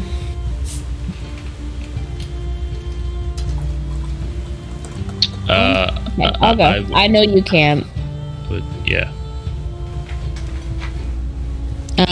Yeah, okay, I'll hop over to the general store and just kind of kill time looking at the wares and see if there's anything of interest. Alrighty. I don't really need anything, I'm just curious. Around this time, Isaac would be walking into where Nimbar is. Stepping past Flux as she goes in, he gives a nod. He goes, "Oh, good morning, Fulminoxus, good to see you." He holds up a weird purple potion that he swishes, smells it, looks slightly disgusted, and chugs. He goes, "Oh, it'll help." Gives Nimbar a pat on the shoulder. I can cover for a while if you wanted to browse, bud. It's a hangover remedy, but it's not magical. Can I get one of those? The one thing They're at is, the bar. like, were you... No, Jillian is asking. If you have... I could give you the ingredients for it. It's called a prairie oyster. If you don't know what it is, and you don't like raw egg, don't look it up. Oh god. Yeah, But no it- thank you. I does- think my headache's more hormone related anyway. Yeah, no. This will only help with hangovers. It gives you what you need from the hangover. And even then, like, I don't recommend it. I only know it from watching anime. And Trigun, actually, I think. I'm really stretching my memory on that one. It's been a while. I don't know much about Trigun, but what I know about it, that checks out. Yep. I loved that show. It was so good. It was the green friggin' Power Ranger from, like, the third series of Power Rangers to do Trigun's voice acting. And I'm like, really? That was amazing. Did not expect that. I thought he was just a frog. But I digress. So, for John, so you can do interaction as well, I do have Isaac there to take over for you to finish off the work you're assisting with. Okay, the one thing is, like, would he be able to do it? Because he doesn't know clone. He'd be filling in for the work you've already spent an hour and a half doing. It's just to keep his character involved so he's out on the field map, you know what I mean? Fair enough. I just wanted to double check. I figured I'd mention in case you wanted to have a wizard at the spell shop too, right? Alternately, Isaac can follow along with Flux. If Nimbar looks and says, "No, you're too hungover. Go to the store." I mean, realistically, that's what Nimbar would do. Nimbar trusts him, but by all means. But have you ever met a wizard to trust someone else to do the wizard stuff? So, what I will say for the general goods store, as you're walking towards it, Isaac is going to use his staff for magical vision purposes, of course. So any interactions you have here have the benefit of knowing if an item is magical or not. Just on a heads up.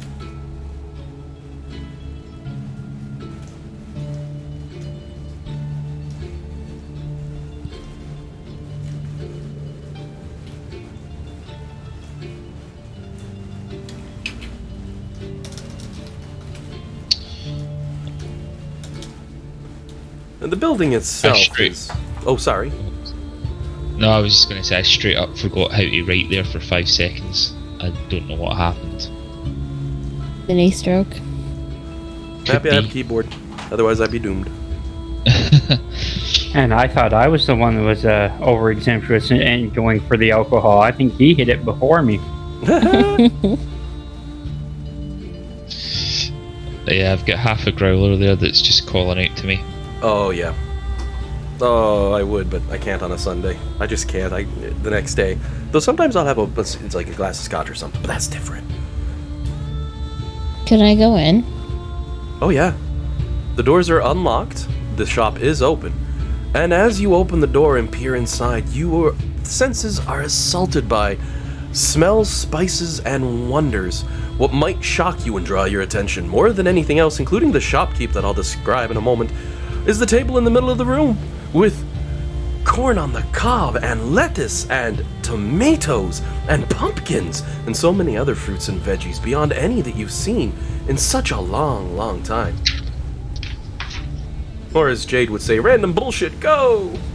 I'm gonna copy that image and toss that in.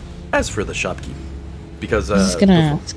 before you get, because I get paint the whole picture because I know I accidentally got distracted.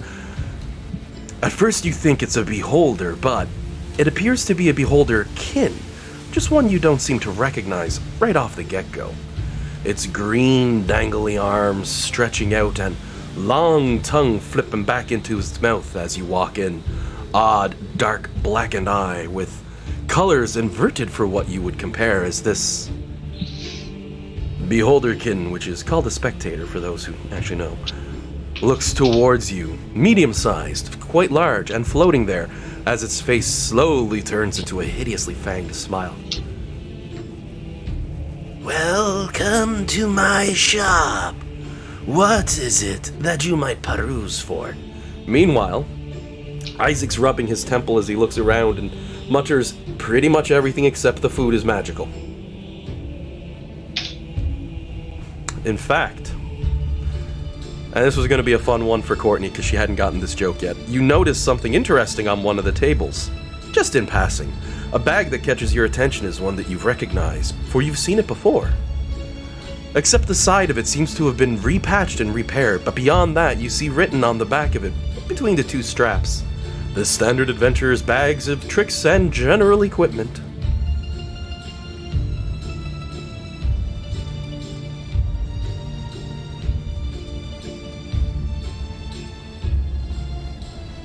Speaking of JM. Yep. Except it looks like this one may have already gone off and been repaired.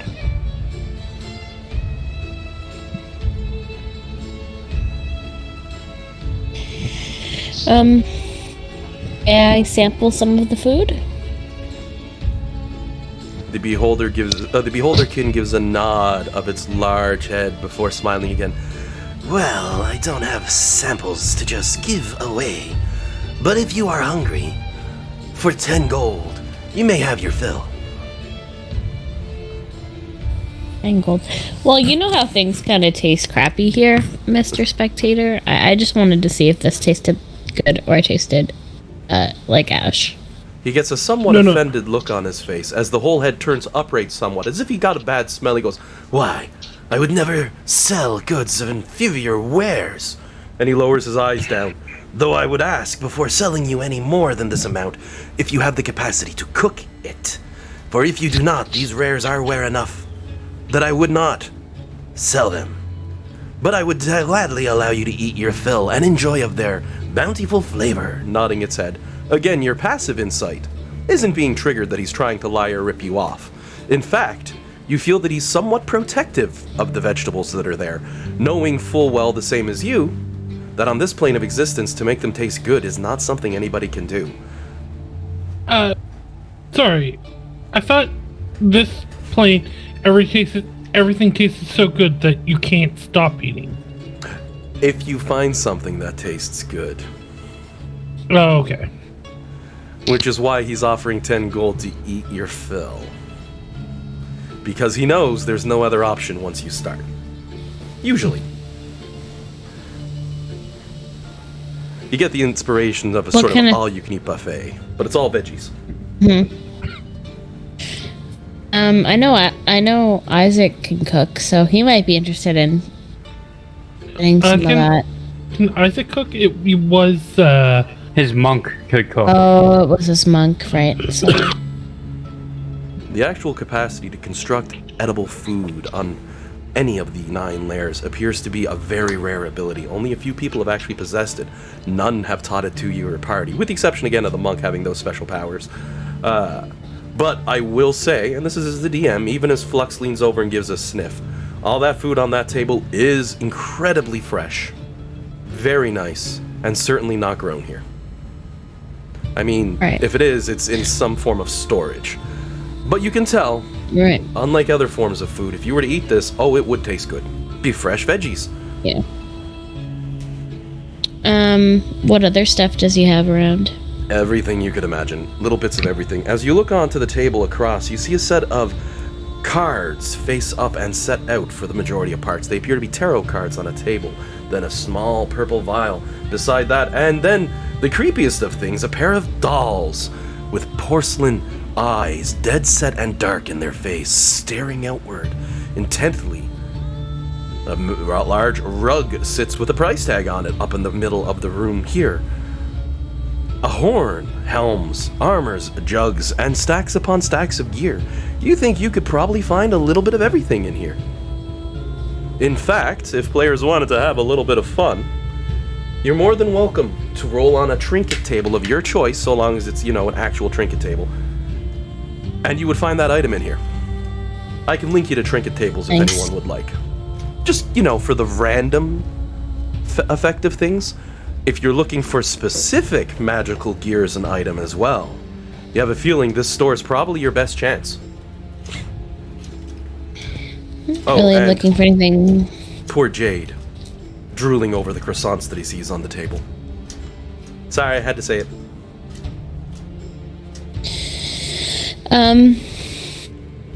What kind of potions does he have? Like anything? A general mix of the healing potions that you'd always find. Full set, in fact. You could buy any level of healing potion here at my usual prices, along with a maelstrom of other random potions. Bundles of things, gaseous forms, increased strength, all the potions you can imagine. They have a very wide selection in storage. They also have a number of spell scrolls and books, all mostly stashed away in a shelf up this way. Yeah, Jade is looking at those. Browsing through, most of it appears to be low-level trash, let's be honest here, but you do find a couple pieces of hardware that the wizards and yourself may very well be interested in, as they do contain some spell books with high-level spells, the DM indicating that these purchases would be random in nature and you'd get a random roll.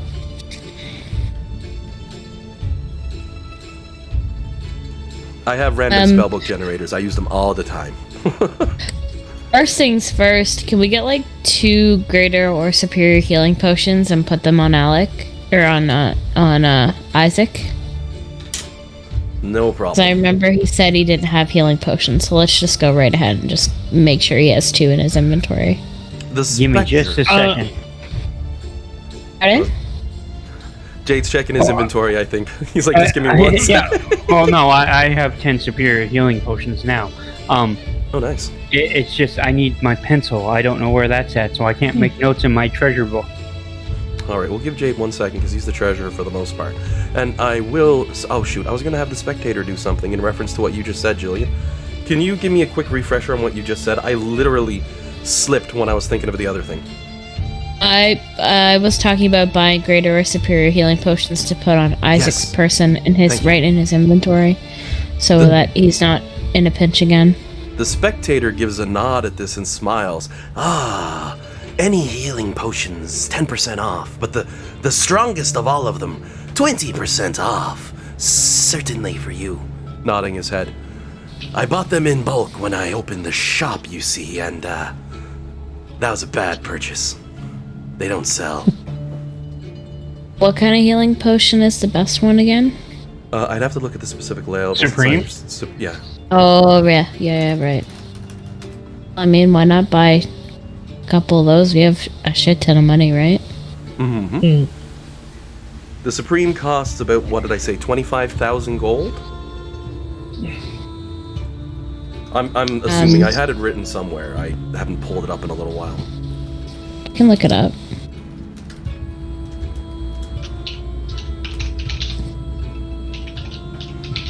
Because if it's 25,000 minusing off a 20% discount, you're talking 20,000 gold per potion. Let me see here. I also have the same... I have a link for it. The same magic items price book. I'm almost tempted to say if you want to take a browse through. It says, Oh, there we go. and actually, I don't know what you said, but this chart says it's 1,350 gold. Oof. 1 second. I'm gonna see if this Google Drive doc still works. It's Xanathar's Guide to Everything gives a formula to roll and count the price of healing potions. It goes like this. It has all of them listed, but for potion of supreme healing, 1d4 plus 1 times 5... 50,000? 50,000 gold. Oh, 50,000 gold for a supreme healing potion. Thank you, Jillian. And minusing Welcome. off 20% makes it 40,000. Mind you, I Dear see like Flux in character. She pulls out the abacus, starts flicking a few things. 50,000 drop to 40,000. We got like 12 million in the bank. Yeah, that's nothing. Throws it over her shoulder. That's the feeling I get for that one. They don't have much use for the healing potions because they don't see combat. It's taboo to fight this town, as mentioned. Yeah.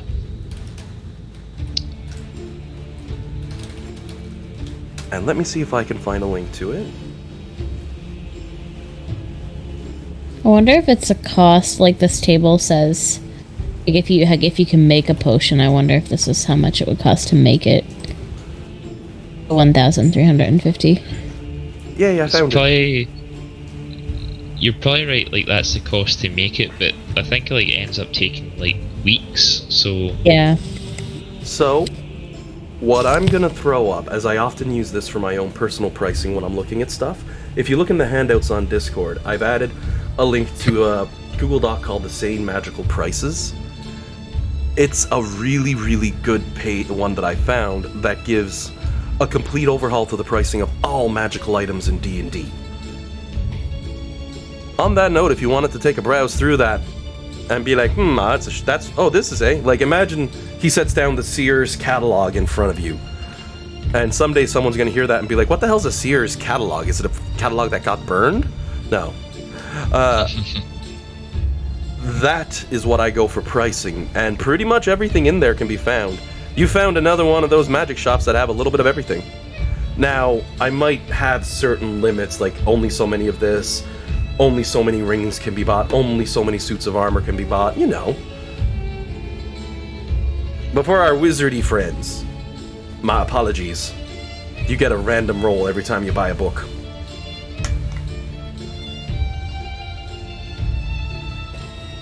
I like how they set the price up though, like Wings of Flying is 5,000, but a Weapon of Warning is 60,000.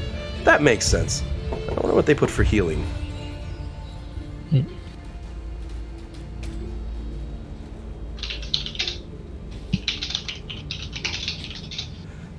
They priced the Potion of Supreme Healing at 1,350 gold.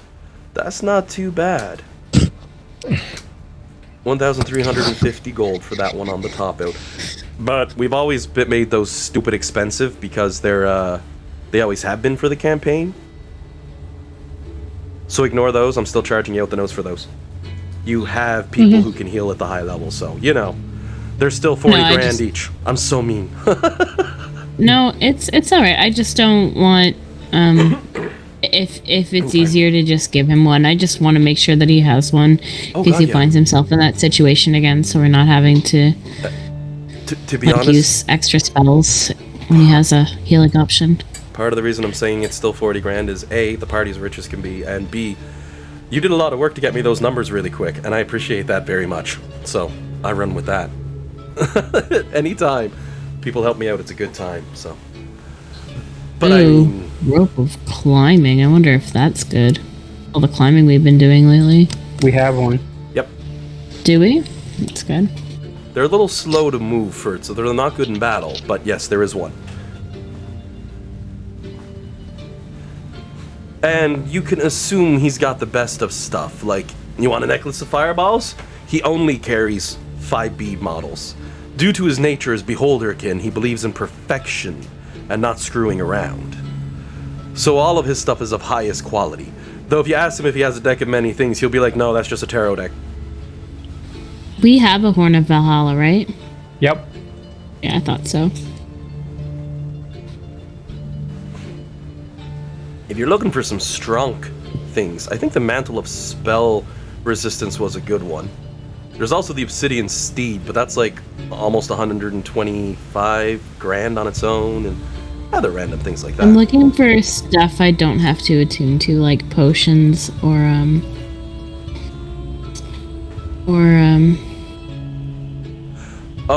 like other things. And for you spellcasters out there, you'll notice the spells cost are put in there. They're all available, except the level 9 spells cost 10 times that amount. Because, you know, game breaking, it's end of game. If I'm putting those things out there, it's not quite that. The other one, a level 8 spell, sure, 5 grand, if they have them. They'll have most of them, if you're looking to just outright buy the spells. But for level 9, $102,000 per spell. Yeah, I mean, I'll take another potion of necklace of fireballs, because that doesn't require attunement, right? Nope. No. Yeah, I'll take another one of those. Winged boots. Do we have those? We gave them to Dusty, I believe. What? Winged boots. Yep. Jade has them. Yeah, right. They require attunement, if I'm not mistaken. Yep. Oh, they do? Damn. Once Dusty got the wings back, he gave the boots to Jade because he pretty much said, "You're the only one who can move fast enough for these two, you know that?" And he's like, "Thank you," and puts them in a box along with like 50 packs of Febreze because they smell like ass. Oh. No, I'd never do that. At least not in front of them. I will also say, the Beholderkin only has one elemental ring, but this is where the DM steps back and says player's choice. What the elemental rings do? You know, like the Ring of Fire Elemental Command, Ring of Water Elemental Command, Ring of Air Right. Elemental Command, those badass ones. He has one. Okay.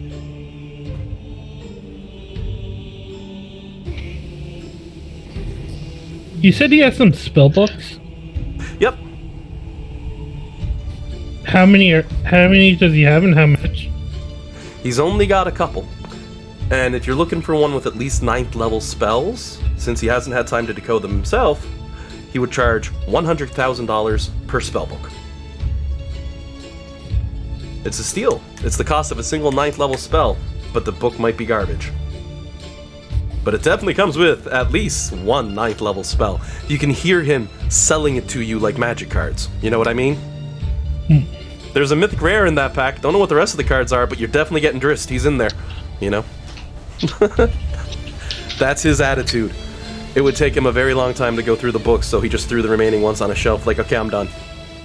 I've already got a good selection of spell scrolls. I don't have to worry about this. Wizard shows up. You've been waiting 100 years for me to come shop at this store and buy some junk. So, I mean, naturally, to this order to describe, I want them all. Oh, yeah. So, how much money do we have, and how much can we afford to spend on spellbooks? I think we have all the money in the world. Yeah. We're in the millions, right? Well, that, Jade? Double-digit millions. let's see. Nimbar 1, Flux 2, Jade 3. Oh, lucky. Jade, give me a deck save.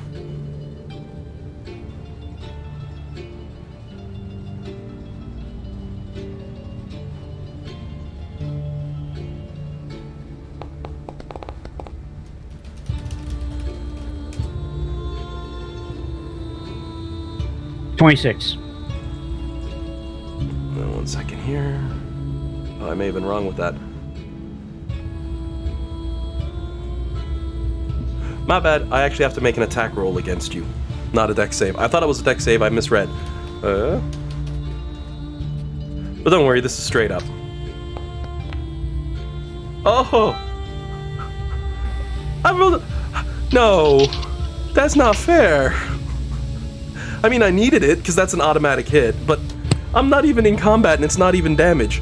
So Jade, as you're walking by inspecting items and all that, you suddenly notice the rug under your feet twitch as it flings itself up and wraps firmly around you. You take no damage, though it's bludgeoning damage that you take no damage of. You are grappled. You are also restrained, blinded, and at risk of suffocating. At exactly as this happens, the Beholderkin turns and says, "Ah, yes, he has found my rug of smothering. A wonderful product," he says, looking back towards Flux, as Jade is trapped inside, probably going, and I'm not being unfair on this one. I will post an actual link to the rug of smothering. Now, that being said, is DC 13 to escape, and Jade can't roll that low, so, I mean, by the time he's saying, "And that's the awesome rug," Jade's already standing beside it like, "Yeah, that's interesting." Because unfortunately I got it backwards. I thought it was a deck save. Nope. It just has to hit you with a weapon attack plus 5. I kinda needed that 20 to hit you, so that's Holy crap, I needed the 20. There was no other way to hit you. That's unbelievable. Oh, bonus action, Shield of Faith. It's now a 27. Doesn't matter, I rolled 20. I got a crit, automatic hit. So it's the only way I could have hit you. Because any other way, like you said, you're free. That's like the only time I've needed the 20 and I've got it. I'm so happy. I finally pulled a Bellamy. Yes. Oh, Courtney has the most amazing luck with those crits, I swear it. But the rug returns back to its standard shape on the ground, awaiting its next victim. But he does offer to actually sell it to you.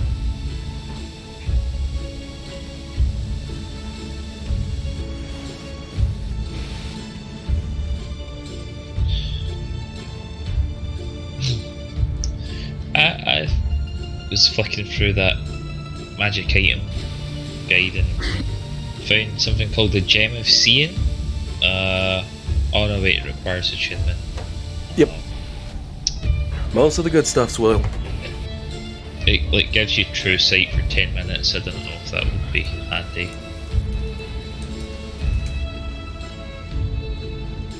Can I maybe grab like a potion of flying? The Gem of Seeing requires attunement. Yeah.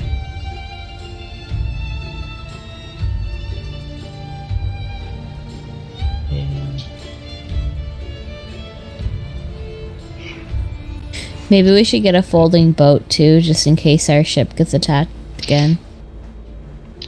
That's a good idea. Let's do that.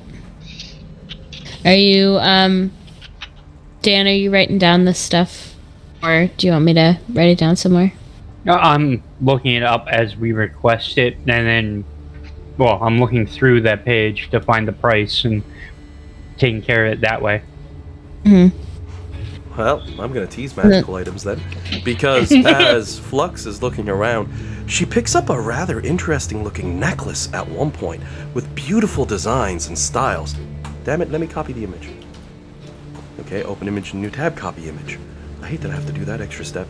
A beautifully designed necklace covered in styles and beads and bangles made from aquamarine, black pearl, topaz, amber, bloodstone, citrine, coral, jade, pearl, and even quartz. It radiates with multiple forms of magical energy with a golden aura around it, in fact. Sis? The beholderkin smiles his wicked smile and, ah yes, a necklace of prayer beads. I'm afraid though, for the both of you, not the sort of item the combatants would wield. He looks side on at Jade though I hear the rogues break rules quite often and use whatever the hell they want, so forgive me if I am mistaken, but the magical prayer beads are used by clerics and druids and those holy paladins who like so much to smite my head. One of his tentacles gives a slight rub to what appears to be a dent in the top left corner of his cranium. There are 6 beads that exist of this style, and I've collected all 6. I'll give a link to the description page. He gives enough information that you're able to piece together how prayer beads work. Each bead contains a spell that you can cast from it as a bonus action. And once a magic bead spell is cast, it can't be used again until the next dawn for its spell capacity. This is a fully breached set of all 6 on one necklace. Oh, it's also attunement.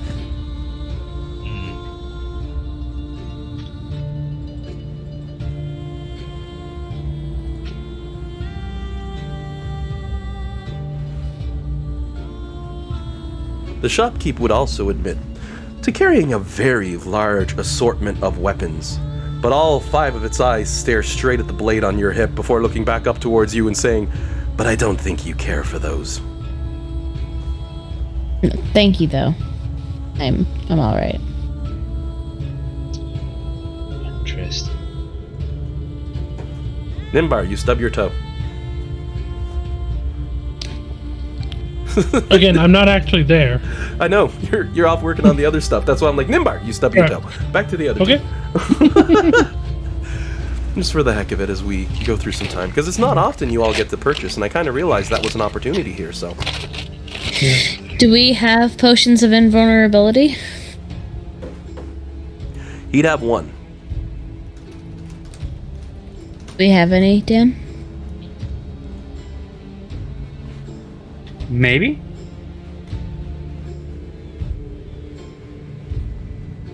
Oh, I'll also let you know for Jade's sake, you've probably already snuck in, so that's a bathroom.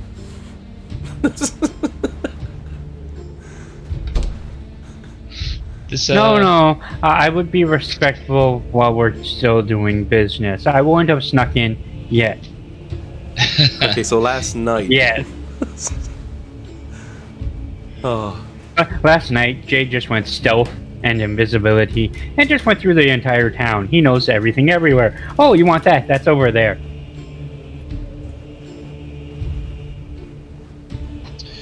There's an item called Instant Fortress. Would that be of any use to us? he's got them. He has 5 of them. They come in multiple colors. In fact, he'd slide one away and be like, "This I prefer to keep. It's purple. I like the color." The potion of invulnerability, as far as I know, we don't have it. But we still have some potions we have yet to identify. Unless I specifically said like color and style of potion as well when you got those potions, they represent a random roll on the potion table. Yeah. If I specify color and style, I actually had something in mind. No, there was no specified. All I have written down is 4 unidentified potions. We had 5, and 1 turned out to be a potion of giant strength, and then 4 more unidentified. Should just rename those potion of fulminoxus. It's all just raw strength. That's not true. Those aren't as strong as our flux. Well, that's the thing. It's distilled. It isn't going to be as good as, but it comes close.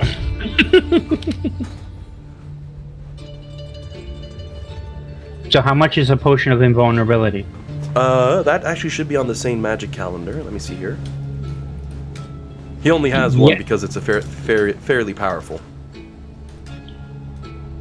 It only says it's 3,840. 3,840. Thank you, Jillian. You're welcome. He holds up a potion of invisibility, which the DM found while searching. I also have this for 180. Oh. Why not? I mean, at this stage, like 180 is like, sure. Pocket change. Yeah.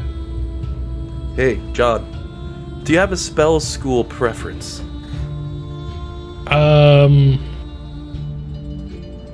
Because there's Not Abjurer, really. Conjurer, Diviner, Enchanter, Evoker, Illusionist, Necromancy, Transmutation. I wonder if we can find that out.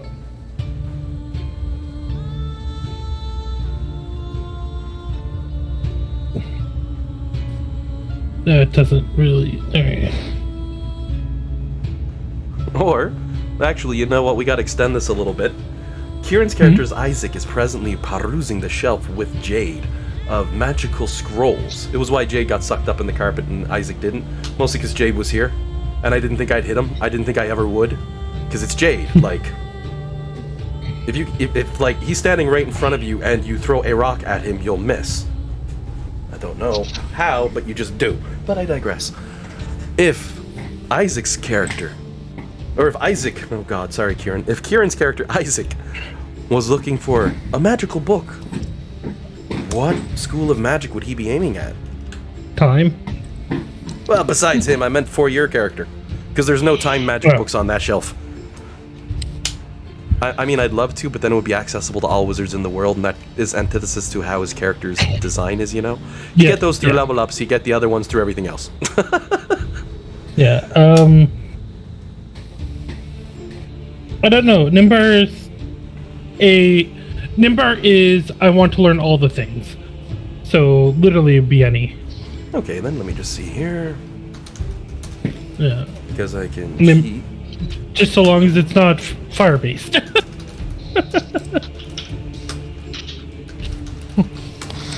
Give it a Fred's glance through. flaming spells of fireness. Just glancing at the books and their designs, he determines that one book is general. It doesn't seem to have any specific style of school, so he's leaning towards that one. He also notices one's on necromancy, so he's avoiding that one, and the third one's on conjuration. So he's leaning between generalist and conjuration. Probably go with generalist at this point, if he was only buying one. Otherwise, you'll buy all three. How much are they each? 100,000.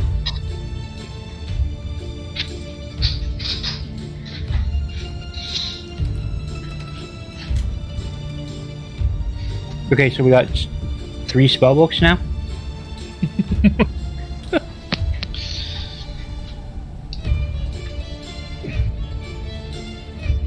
As Jade looks through the scrolls and stuff, is there by chance a scroll of non-detection there?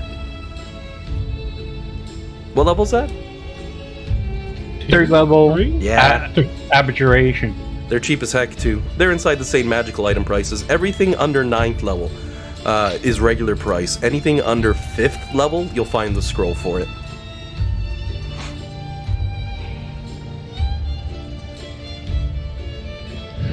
Yeah, as long as everyone doesn't mind, I'm going to want 1 or 2 of those at least. Go nuts. They make it What so was True it, did you Sight. say? A scroll of non-detection. It makes it so True Sight cannot see me. Yeah, sure.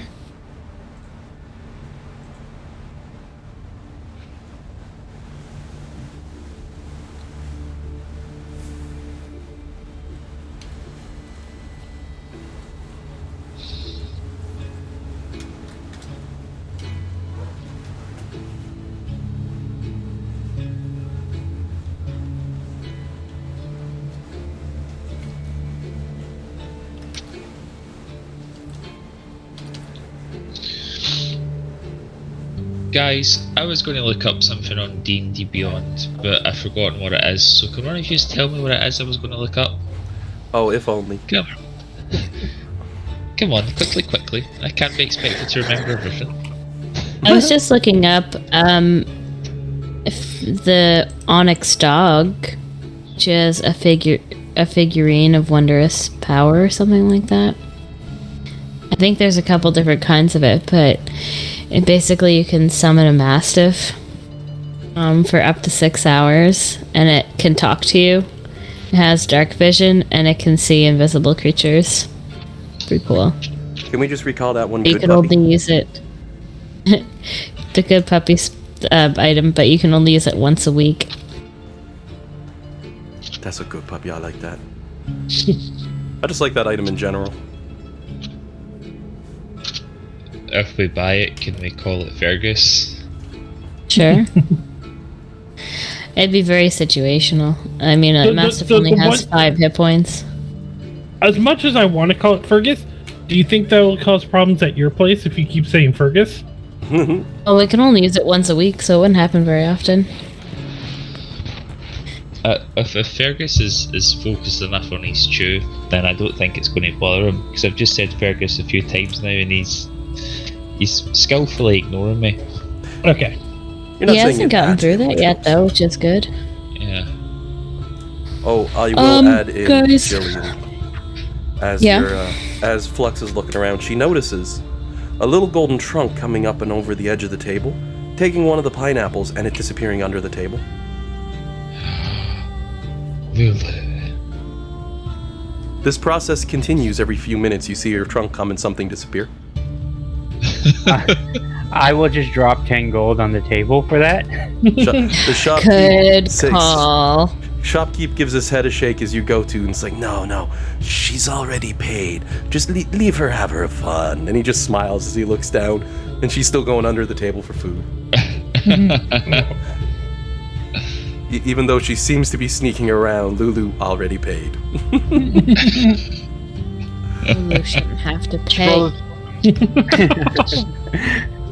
I look for a scroll of simulacrum. You'd have one in stock.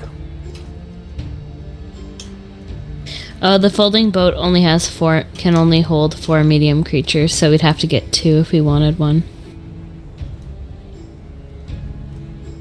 At least 2. Guys, I'm gonna have to tap out. My head is pounding. That's all good, Jillian. I'm sorry. Yeah. I trust you guys to get anything. But the only thing I'd really ask is either DM me what the items are, like that I mentioned that you guys are thinking about buying, and I'll add it to my inventory. Because if it's not in my inventory, I forget that we have it, so I'm not likely to use it. Or you could just tell Dean, and then Dean can tell me. But yeah, no, I gotta get off a screen. My head hurts. I already took 2 extra strength that bill too. Yeah. Alrighty, Hope you Julian. feel better. Well, I'll tell you what, we'll All right, finish we'll up see the you guys. purchase. So you don't worry too much about story, nothing else is going to happen. We'll finish up the purchase and probably cut it a day there. Okay. Okay, you have a feel good better one, and guys. get some R&R. Thank you. I'll be all right. I just Oh, need yeah. to not be on a screen right now. Oh, yeah, no, I can Understandable, yeah. Okay. Bye, guys. Okay. Bye-bye.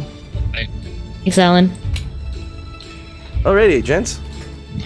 Now let's talk about Alright. the manly things, since it's just the guys on for once. How about that local sports show? Yay, I'll stop. sports! Do the sports thing! Oh my Well, word. the Maple Leafs won last night, so that was, Oh, Yay, a sports! result. I hadn't been watching. I should actually pay attention now. That'll be something. Maybe this will be was the just- one. We say it every year, Yeah. but maybe this will be the one. Just Oh. pre-season, so there's still lots of scope to disappoint everyone. Yeah, Let's not get too Yeah. excited. I really shouldn't get my hopes up for anything, but. So Yeah. then, there is a magical item shop here with all the crap in the world. Lulu's feasting on fresh veggies and has never been so happy. Yeah. Well, just more to the point Jillian said about the folding boat only holding 4 people. That's if you use the first command word. There's a second one that turns it into like a ship that will hold 15 medium creatures. Oh wow. So that would probably be pretty handy. Like the canoe from Final Fantasy 1, the boat turns into a canoe or something when you hit the river. Yeah. That sort of build. And there's stumbled across something called the Ring of Regeneration. Oh, that's a good I one. don't know. Yeah. Not in a fight, your health's back. If I recall the Ring of Regeneration correctly, it's like 1d6 every 10 minutes or something. It's Yep, that's it. perfect. Yep. And then if like you miss, if you get a body part locked off, it'll grow back and be functional in 1d6 plus 1 days. Passive regeneration is awesome on your tanks. Like, the fact that Flux got a roll for that on her Blade of Avernus and ended up getting the passive regeneration, that's huge. Between fights, you don't have to heal up your tank and they're at peak for the next fight. Yeah. I realize they're not quite tanks in D&D. It doesn't quite tank and spank. But, you know, when you're sitting at, like, what's her health? 250 now? Let me pull this up. She's 238. She's not here, I'll still Yeah. brag, because, I mean, she's the fighter. She's the tank. Doubling most other players for health. That's how it works. I wish I had some better weapons and stuff to offer her, but, I have to actually still be able to win fights. That's the way it works. Wizard's sitting there as he tightens his robe with the Archmage, or Archmagi. He's like, no, it's all good. We like our magic items.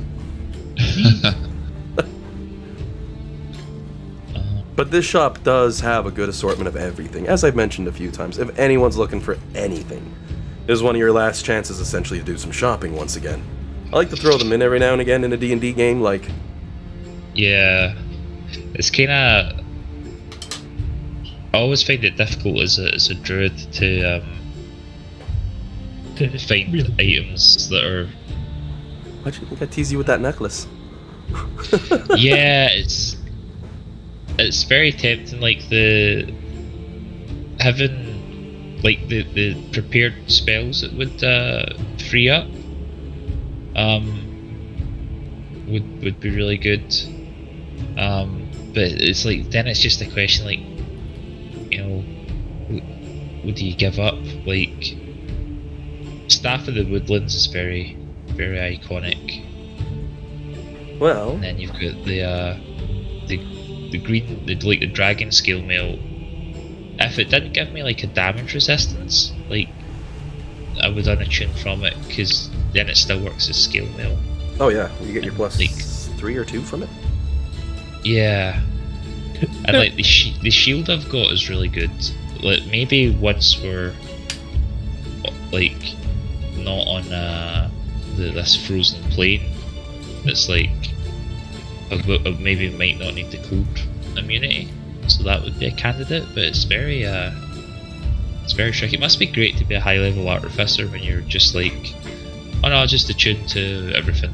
Yep, Yeah. I got all the items. I would be a high level artificer right now. Well, while you're mulling that one over, how about the wizards? 300,000 for all 3 books if you want to take all 3. I've already wrote that down. We took all 3. All right. So if you go to handouts, I'm going to put in the 3 books. The first one, the generic one, is called the Jade Codex of Nightmares. And here's a link to it. The second book, which was based off of necromancy, is the Terrible Lexicon of Echoes. And as for the third and final book, the one that was for conjuration, is the Emerald Book of Storms, and I'll link that as well. Also, I love that page, the one I'm linking. It's one of my DM favorites. It lets me randomly generate spells, spellbooks, etc. based off wizard level, spellbook level, etc. And I can share it. So it comes in handy for these situations rather than saying, okay, start writing down false life, ray of sickness, cause fear. I said ray of sickness, cause fear. That's a really cool tool. I love it. Yeah. And it gives you a lot of customization, which is why I was saying what classes would you be, or what schools would you be going for. But there's 3 books filled with a lot of very powerful spells for you. The wizard's like going away with the 3 books in stack. Thank you, DM. Zerial can wait. Thank you. Now I'm just gonna have to spend an hour. Yeah. So troublesome spending a full hour writing spells and such. You got Kieran's wizard leaning over. Hey, could you copy a few in the my book? And Nimbar's like, it doesn't work like that. Could you imagine if it did? Yeah. And then he's like, that's not fair. And Nimbar's like, you got time magic. And he's like, so do you now. But he has those other abilities that make up for it. Being able to jump through time is pretty nifty. Yeah, no. Like, he's got a... Like... This is, like, the one time I've played as Scribe, and it's definitely interesting, especially, like... The, actually being able to get all the spells, because normally you get a bunch and never have time to copy them. The Scribe, it's like you go to a Magic Draft tournament and you're sitting down and you open up your first pack and you're like, oh, I like this card, I'll take it. And you look over, the other guy's opened every pack, taking out the cards that he would get using an exact mathematical formula that you can't deny, and has already created a deck and is ready to go. Yeah. That's the Scribe. Like, but also, like, the damage, like, being able to change damage types. Oh, yeah. That's really useful. Oh, yeah. Little things like that go a very long way. Customizing damage source for Magic has always been one of the most powerful things you can pull, because Fireball doesn't work well, here's a Thunderball, arsehole. Yeah. But that's just a quick example. A lightning line becomes a fire line. And When I first made Nimbar, I gave him a fear of fire to explain why he didn't have Fireball. Yep. And then all of a sudden, Fireball appears written in his notebook in a whole bunch of old weird words. Yeah. He's like, that's weird. And the other wizard is also like, yes, that's very weird. It's like, stranger things have happened on this quest. Let's keep going.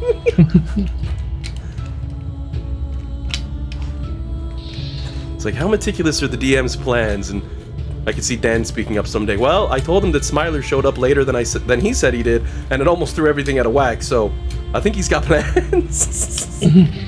God, I almost put my foot in my mouth. I'm happy that was the right way. Oof. Yeah. But that's fine. I love it when moments like that come up, because it's like, uh-oh. Plow? No, good. Oh. Speaking of Dan, you find anything else you want from that magical item compendium? Takes a moment. It's like all the things. Jade wants all the things, but you know, I gotta be reasonable on what I actually want. But the problem becomes I have to look through that list and that sounds interesting, then go look it up to see what it actually is. Oh yeah. So I do see Robe of the Archmagi on there. Are we able to get another one for Kieran or not? Let me double check. What did he give for price on that anyway? I gotta double check, because that's a very powerful item that's a little bit, in my opinion, under pushed. 1 second here. Yeah. Yeah. The 34,000? 34 grand? Yeah, that's fine. Okay. Be like, hey Kieran, look, you got to rub with the Archmage. He goes, geez, I'm gone for 2 weeks and I come back more powerful than ever. Yeah.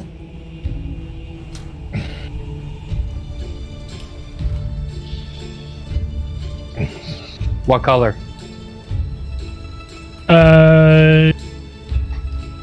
He's chaotic good, so white as well. Burnt orange. With racing stripes. And actually, out of curiosity, do they have the staff of the Magi as well? No. Okay. Understandable. I Try not to thought I'd break ask. the game completely wide open, though Kieran's staff is pretty powerful to begin with, so that works out well anyway. Yeah. It's also got Is- plus is- 3 gear if anyone just wants generic plus 3 gear.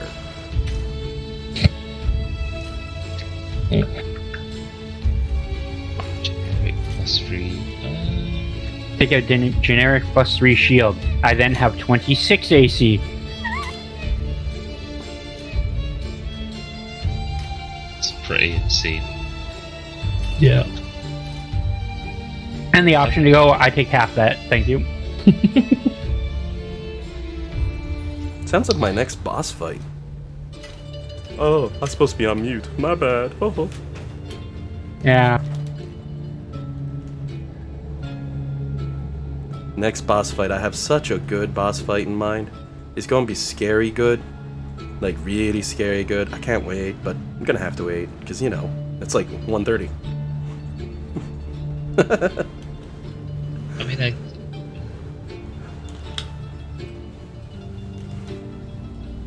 was like, this is good. I'm like, I don't know if we're going to have enough time to get through things today. We might have to just switch to a dungeon. It's like, but here's some cultists, and here's a shop you can buy stuff, and here's some other plot stuff going on, and the party's like, okay, yeah. 3:33, what bullshit is this?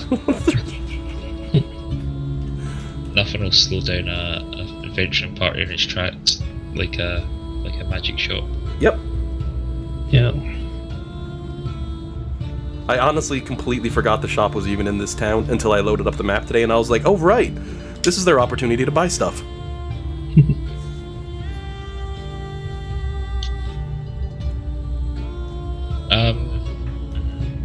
Generic +3 shield might be handy. And because of the overpowered nature of a +3 shield, he's only got 1. Yeah.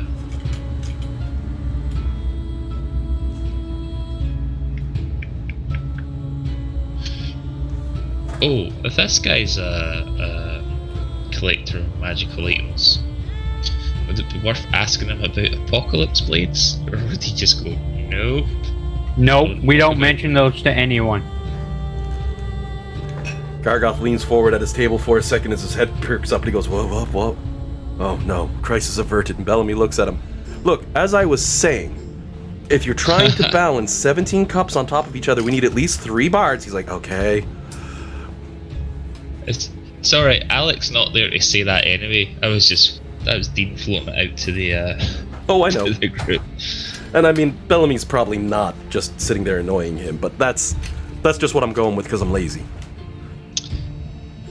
I don't know. It does seem like something Bellamy would do. Oh, the previous night, she gave him such a hard time. You know it. Like, you know it. Yeah.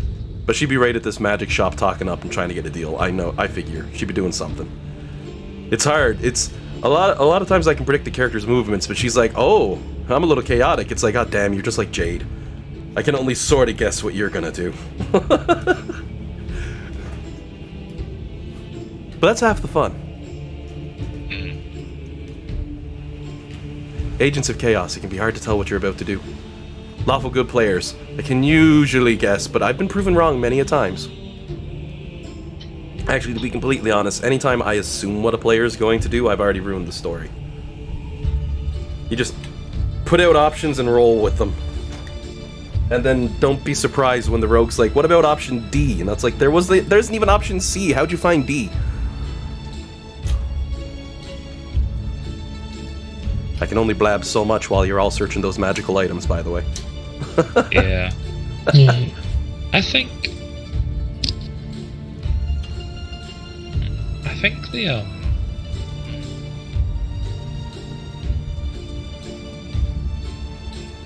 those prayer beads might be a good shout. I don't think the dragon skill mill gives me too much being attuned. I also I feel like the difference was... Oh, sorry, Alan, I didn't mean to... Oh, I was going to mention for the necklace of prayer beads, the best thing about it, I believe you cast the spell as a bonus action. Yep.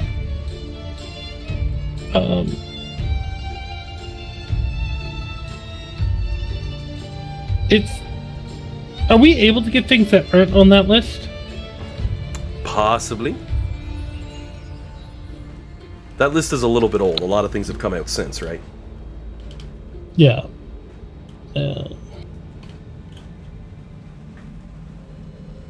But if you're like, I want to get the Eye of Vecna, I'm going to be like, no. No, I'm thinking that. Which may be too good. So let me just be like, well, looks like Nimbar has turned. We must end him. It's quite a spooky. That seems a little bit broken. Yeah, no. I agree with you. That's just put it on a warlock and it's completely broken. Yeah, no, for sure. I don't know what it is, but Jade wants 3. To be fair, like, I don't know how much, like, I've kind of stepped away from using my cantrip so much, but on occasion they'd be nice. Guildmaster's Guide to Ravnica too. Yeah, look at that. Ah, that's the cost. I see. That's not too bad. You can double up, but it requires a bonus action. So that's not bad. That's a fair sort of changeover. Yeah, like yeah, so you have to use your bonus action to cast it a second time. One pair, $250,000 due to how incredibly overpowered that is. So, for the record, guys, it's Illusion Gauntlets. When you cast a cantrip, you can use a bonus action to recast it. So you get 2 cantrips on a turn. But it has to be the same cantrip twice, from what you just said. Yeah. Yep. It's overpowered to frig on warlocks because they live and breathe Eldritch Blasts. Doubling that up is just insane, but not much of an issue for a different tier of play for you all. There's no warlock, but you do have cantrips. Oh, do you have cantrips? Yeah, like my Toll of the Dead, my Million Slivers, shit like that. I've never heard of that before. It was in Guildmaster Guide to Ravnica, which is why. Okay. And if you search for it, there's a non-zero chance you'll find the magic card first. In my defense, I found it first instead of the magic card. Okay. Yeah, oh my god, I could only imagine if they put Lightning Greaves as an item, it'd be like, your character breaks the game. Or an Isochron Scepter, put one of those in there. Hold this thing up and cast another spell off it for free. Ooh, scary. I've yet to read through that Ravnica book. Yeah, that's why I didn't recognize them. I didn't even look through that book. I got it, I just haven't looked. I got nothing against it. It's just... there was nothing in there that I could use at the time, so it's like, oh, that's a cool book, set it aside. Of course, as far as that stuff's considered, and I warned this to my buddy Jay, if you're a fan of Street Fighter, heaven help your wallet next year. Next crossover with Magic the Gathering is Street Fighter. Oh. Chun-Li is what they've revealed as a card. They haven't given us anything except that she's going to come with a new ability. Multi-Kicker. I personally thought the name of that ability was beautiful for Chun-Li because, well, if you've ever played Street Fighter, it makes sense. Yeah. I don't know a lot about Magic the Gathering. I don't. Oh, Kicker is an ability. When a card comes into play, you can pay extra as part of the Kicker cost, and it'll do extra stuff. I'm guessing Multi-Kicker is you can pay this a couple times. But it's just the name Multi-Kicker is funny. I like it. Yeah. It's good, but I mean, like, more from, like, a lore perspective. Like, I can see how, like, you could pair it with D&D, because it's all, like, magic and different planes and such, but, like, Street Fighter seems odd. Street Fighter and Fortnite, I got no idea. At that point, they're just like, we did Unglued and Unhinged. I mean, they did Walking Dead. Yeah, this is true. Yeah. And some of those cards were really strong. No, there's one that's really strong. and it's really hard to get your hands on, if I recall, because Walking Dead was such a limited release or something. Oh, so they're what these are? They're being set. There's going to be 4 or 5 cards. They are they're called secret layers, and you have to buy them straight from Wizards. Oh, that's not too bad then. I'd actually would have preferred that for the Forgotten Realms ones. I got like Asmodeus and a few others, and I was like, yeah. And I'm like, what'd I do with these? And I gave them to a friend. It's like, you play Magic here. Yeah, I bought a few of the Magic's card packs for Forgotten Realms, mostly just to look at them. So I don't really play Magic. So I have no way of knowing if the ones I've got are good or not. From what I saw, a lot of the cards from the Forgotten Realm pack were quite good cards. Yeah. It's a nice little set to have for cards for kicking ass. I only peeked a little though. I haven't competitively kept up on the game in so long. It's just they put pretty D&D on pretty cards, so I had to. Yeah. So, question. I'm not allowed to staff the magic. Can I have a staff of power? 1 sec for me to double check on that.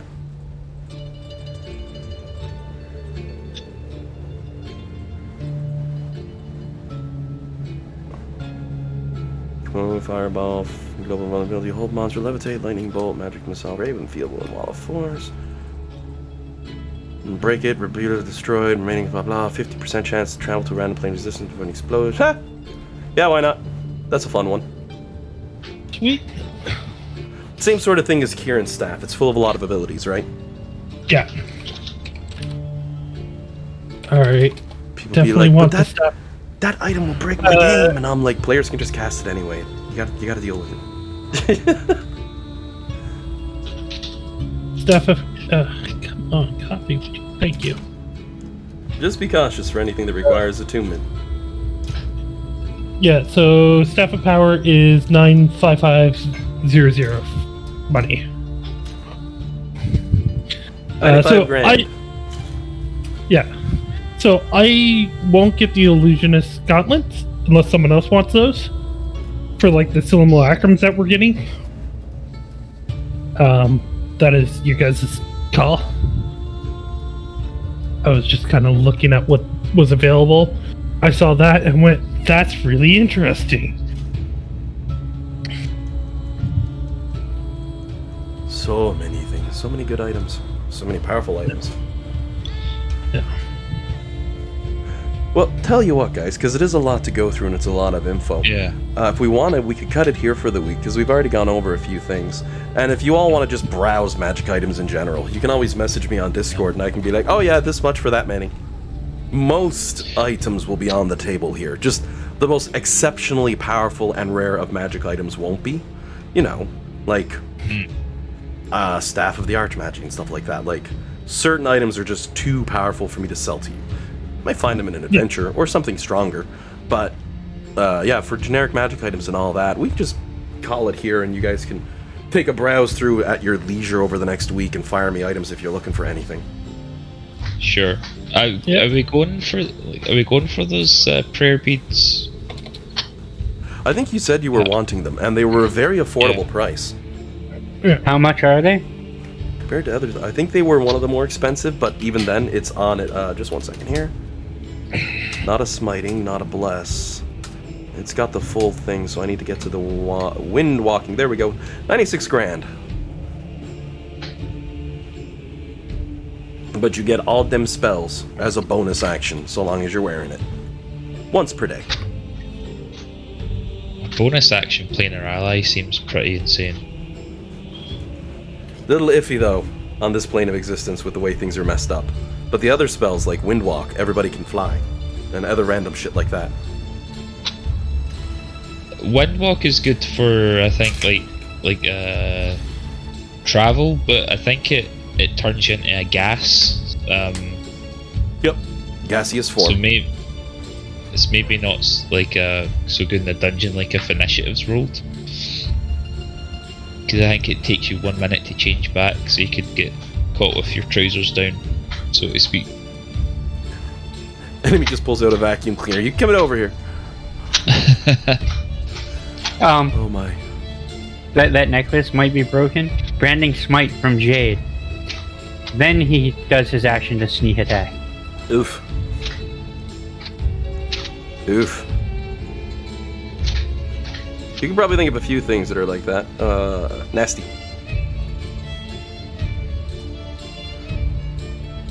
I actually had some fun taking a peek through this other non-combat items too, but oof. Like an amulet of proof against detection and location. That sounds nasty for my games.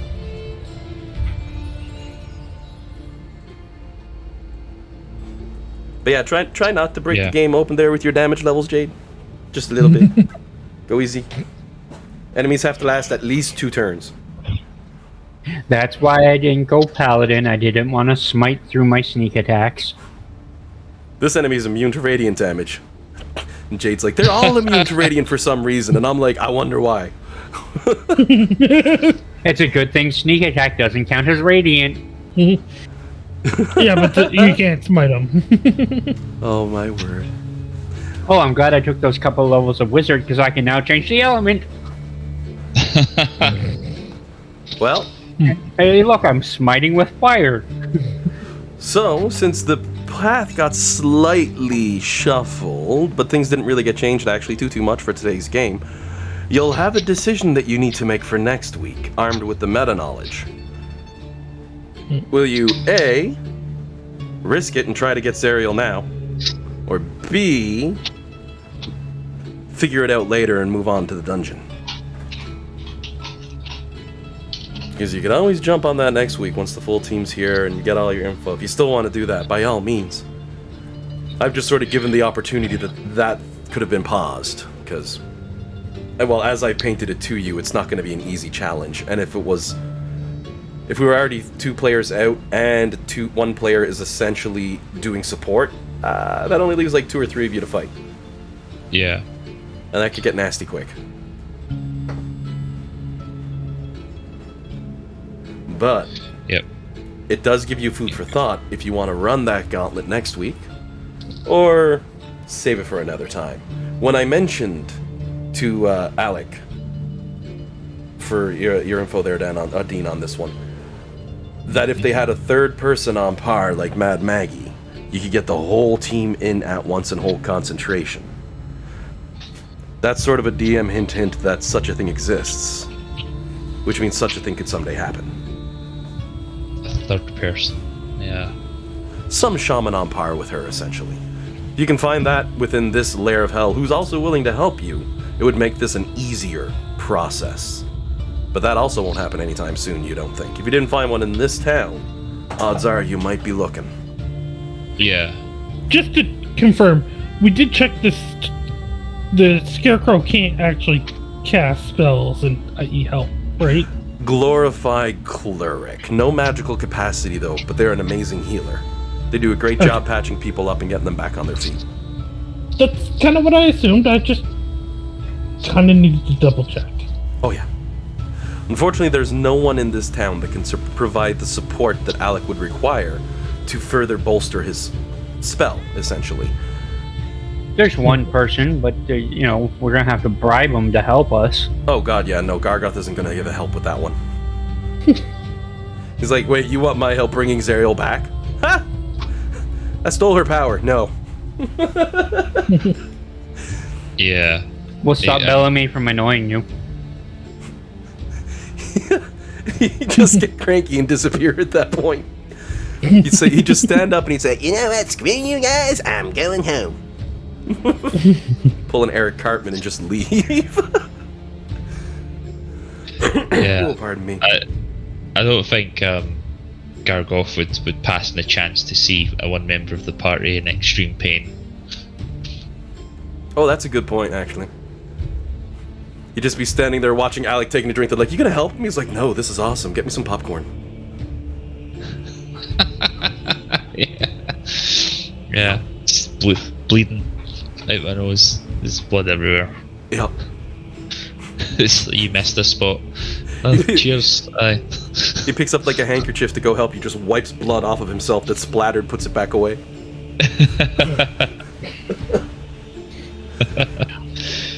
Oh dear.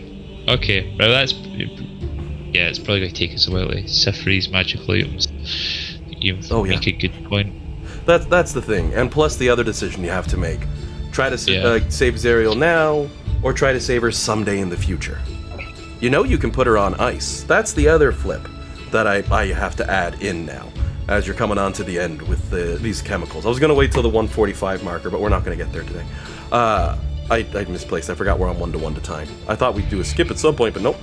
The other thing you've determined as you're mixing up this compound, as you're mixing a chemical ready for Zariel, you could flip it, in fact, and use the same mixture with literally an additional ingredient, which would take you into 5 minutes. You could seal Zariel completely inside the ice. You wouldn't need to put her on the boat. You wouldn't need to put her in the glass jar. Do any of those risky things. You could perma-freeze her and stop her degradation until such a day that you could free her and figure it out. So if you wanted to put her on ice permanently, that's also an option.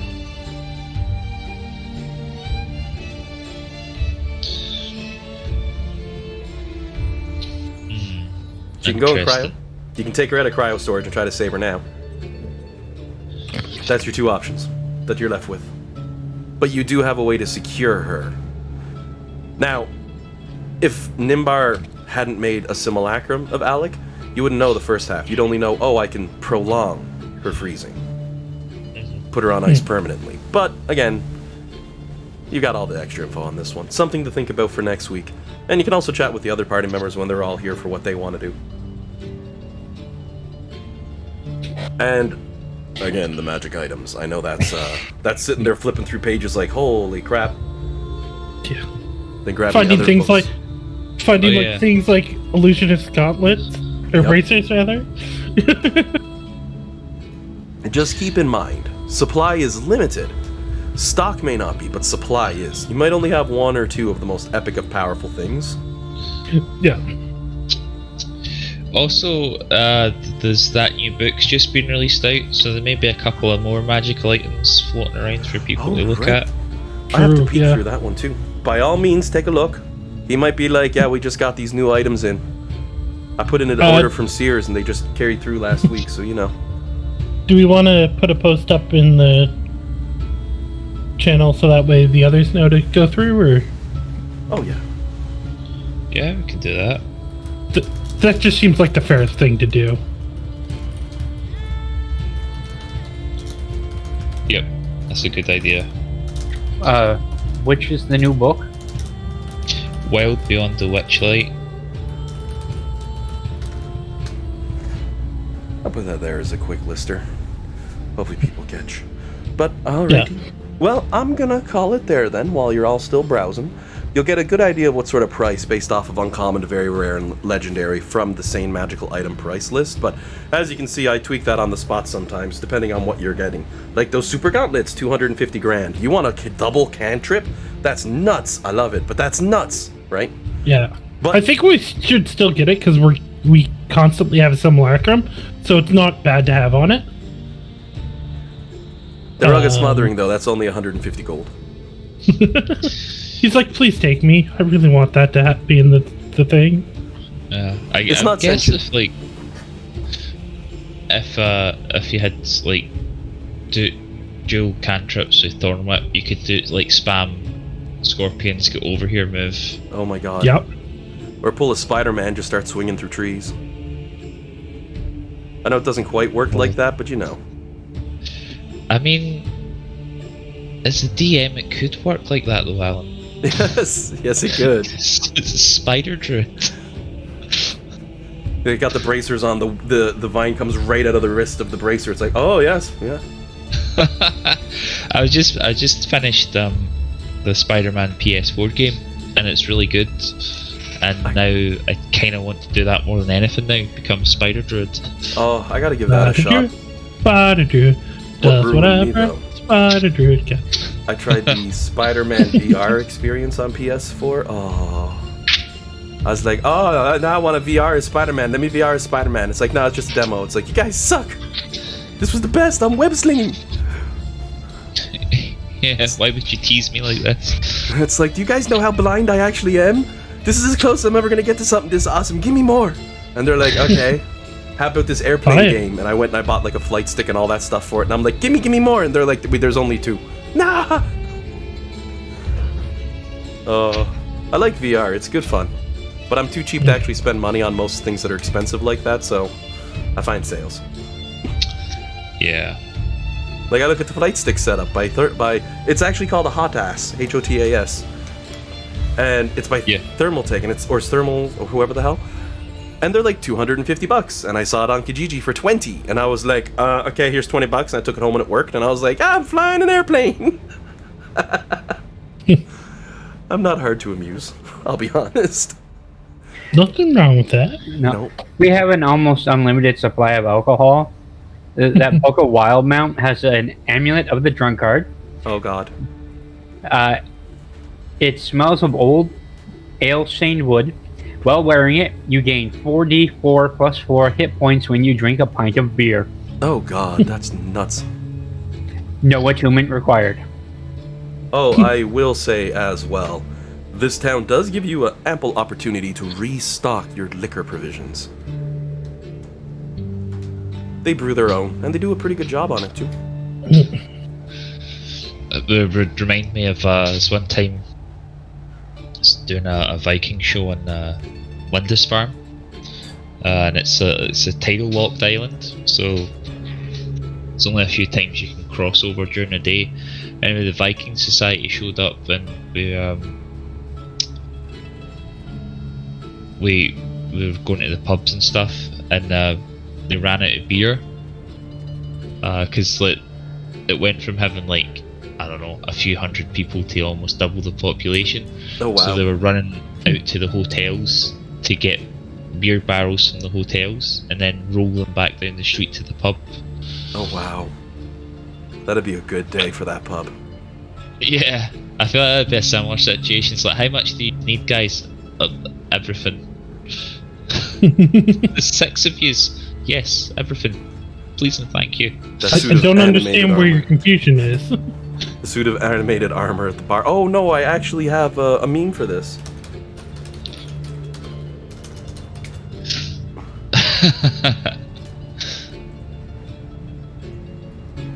I'm just gonna throw that in there. Just replace bacon with ale.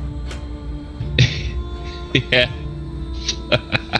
I knew it as soon as you said that. I'm like, Ron G. Damn Swanson. Yup. Yeah. My favorite is after they say yes, we understand, and he does that move like power to you, brother, you got it. And the thing is, if they brought him every piece of bacon that they had and set it down, he'd eat it and give them the biggest tip they ever saw. Yeah. He's the best. I mean, I barely watched that show, but he's the best. The best. Yeah. Alrighty then. Well, I'm gonna call it because this is a good spot to sit out as we prep for next week. Yes. That's lots of little pieces of plot that have been revealed. Next week's gonna be a fun one for sure. We'll see how things go once the rest of the team is on board. And we'll see how it goes. And as mentioned, any magical items that you come across, if you're thinking, can I buy this, let me know. I'll give a price, and then you just gotta let Dan know so we can take it off the books. How about Before you go, I do have a question though. Oh yeah, sure. When we repaired the boat, it was Nimbar, Flux, and Alec that did the repair. Jade only mended the crystal so that the crack was gone from it. Yep. During the rest of that 8 hours, Jade was free. Can we say he identified one of the Oblivion Blades at that point? Oblivion Blades? Apocalypse Blades, sorry. Oh. You're going to make the attempt to cast Identify on one of them? Yes, I would like to have done that. You may want to wait till next session for that one, because it ends nasty. Okay. But, on that note, as you're talking about the crystal for the boat and all that, I will say, Jade's eye finds crystals. I did mention that there were a bunch in there. And as you inquire, the little guy admits, oh yeah, I have crystal. Mix it with water, makes big explosion. Yeah, I've got that. You know, the core crystal that your ship needs to fly again. Apparently he's got something there. But I'll save that spoiler for next week because it's more fun to leave something dangle in the air. Yeah. I feel like we've got a lot dangling for next week. That's just a cherry on top. We've got magic items. Then honestly, We've got- Jade, for Jade's character, I have to go read up what he can and can't do in regards to that Apocalypse Blade because rogues break a lot of rules. He's identifying it. Yeah. He can equip it, but it'll still hurt him. Okay, good. But yeah, there's a lot dangling for next week. Yeah. This is like the town where 5 plot points have intersected. And the best part, Jade, I have a secret 6th plot, and it's just waiting. It's just waiting. Well, if Jade's a knowledge cleric now, then he's got the spell identify as well. So Yeah. Yes. he's double trouble. and detect magic. Oh yeah, he's got so many nasty little abilities, which is why I have to look up. Because I'm like, okay, he uses Identify, will it hurt him? That's the question. Which, from a DM perspective at your guys' level, I should actually change that. I kind of change it to can I hurt him? Because I gotta challenge you. Given the option between not giving you a challenge and making it so you might not survive, I gotta go with the latter. Otherwise, we're not playing a game. And I will point out, I don't do the great sword. I do the smaller sword, just for the safety of myself. Oh yeah. Oh god, could you imagine? But I'll look into that just do to the make small sure. one first, because it can't be. Well, he says they're going to hurt me, but the thing is, Oh. Jade would probably take the smaller one first because he's more likely to be able to use it. To be specific, the DM's trying to find a way to see if he can hurt you with it, but the honest truth, I think you might be safe. But before I actually say that, I have to check all the rules and all the cross rules because but the rogue has so many little extra add-ons, you might actually not be hurt identifying that. So Well, the thing is as well, if Jade sneaks off to do this while the rest of us is busy, and say like you can hurt him and he disintegrates or something, never know if he's dead or just he's Hiding? just had enough and just just disappeared on us. You will Like have we a would- Schrodinger's Jade. Yeah. Jade's like, I'm a plane shift. Oh no! Dead. The family curse, I forgot! Poof. Well, you attempt to attune to this blade. You plane shift to the astral plane. Shit. You're stuck there. As you look to your left, you see a monk. He's like, Jade, I haven't seen you in so long. And you're like, holy crap, Kieran's last character? No, I left that one very much up in the air in case he wanted to do anything with the character or anything like that. But then he Yeah. jumped on his wizard and he goes, I like this time wizard. And I'm like, okay, how strong is he? And he goes, look, I just broke that last combat. And I'm like, you did. Son of a cutscene. There have been times I've been sitting there and I brought my hand up and I've been like, son of a so-and-so, they just aced this scene. I had the whole thing set up. This should have taken another 2 hours. Cool, next scene. I kind of like it when that happens. I don't know, maybe I'm masochistic, but I like it when that happens. Okay, I think I've But blabbed on. it probably Yeah. just means that it gives you an excuse to go harder. Like it wasn't enough. I threw 2 ancient white dragons at a kraken at you and you survived. Come on now. This But yes, the next challenge is bigger, so, you know. you'll get to the point where you're just emailing Jeremy Crawford going, there's gotta be more. Come on.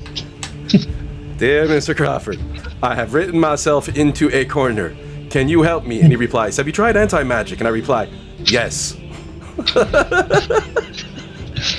They just ran away. They ran away until magic worked. Player ran away. They took the hint. I know, right? Yeah, oh my god.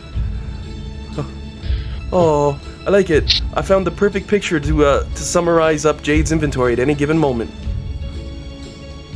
Gotta have soap. So,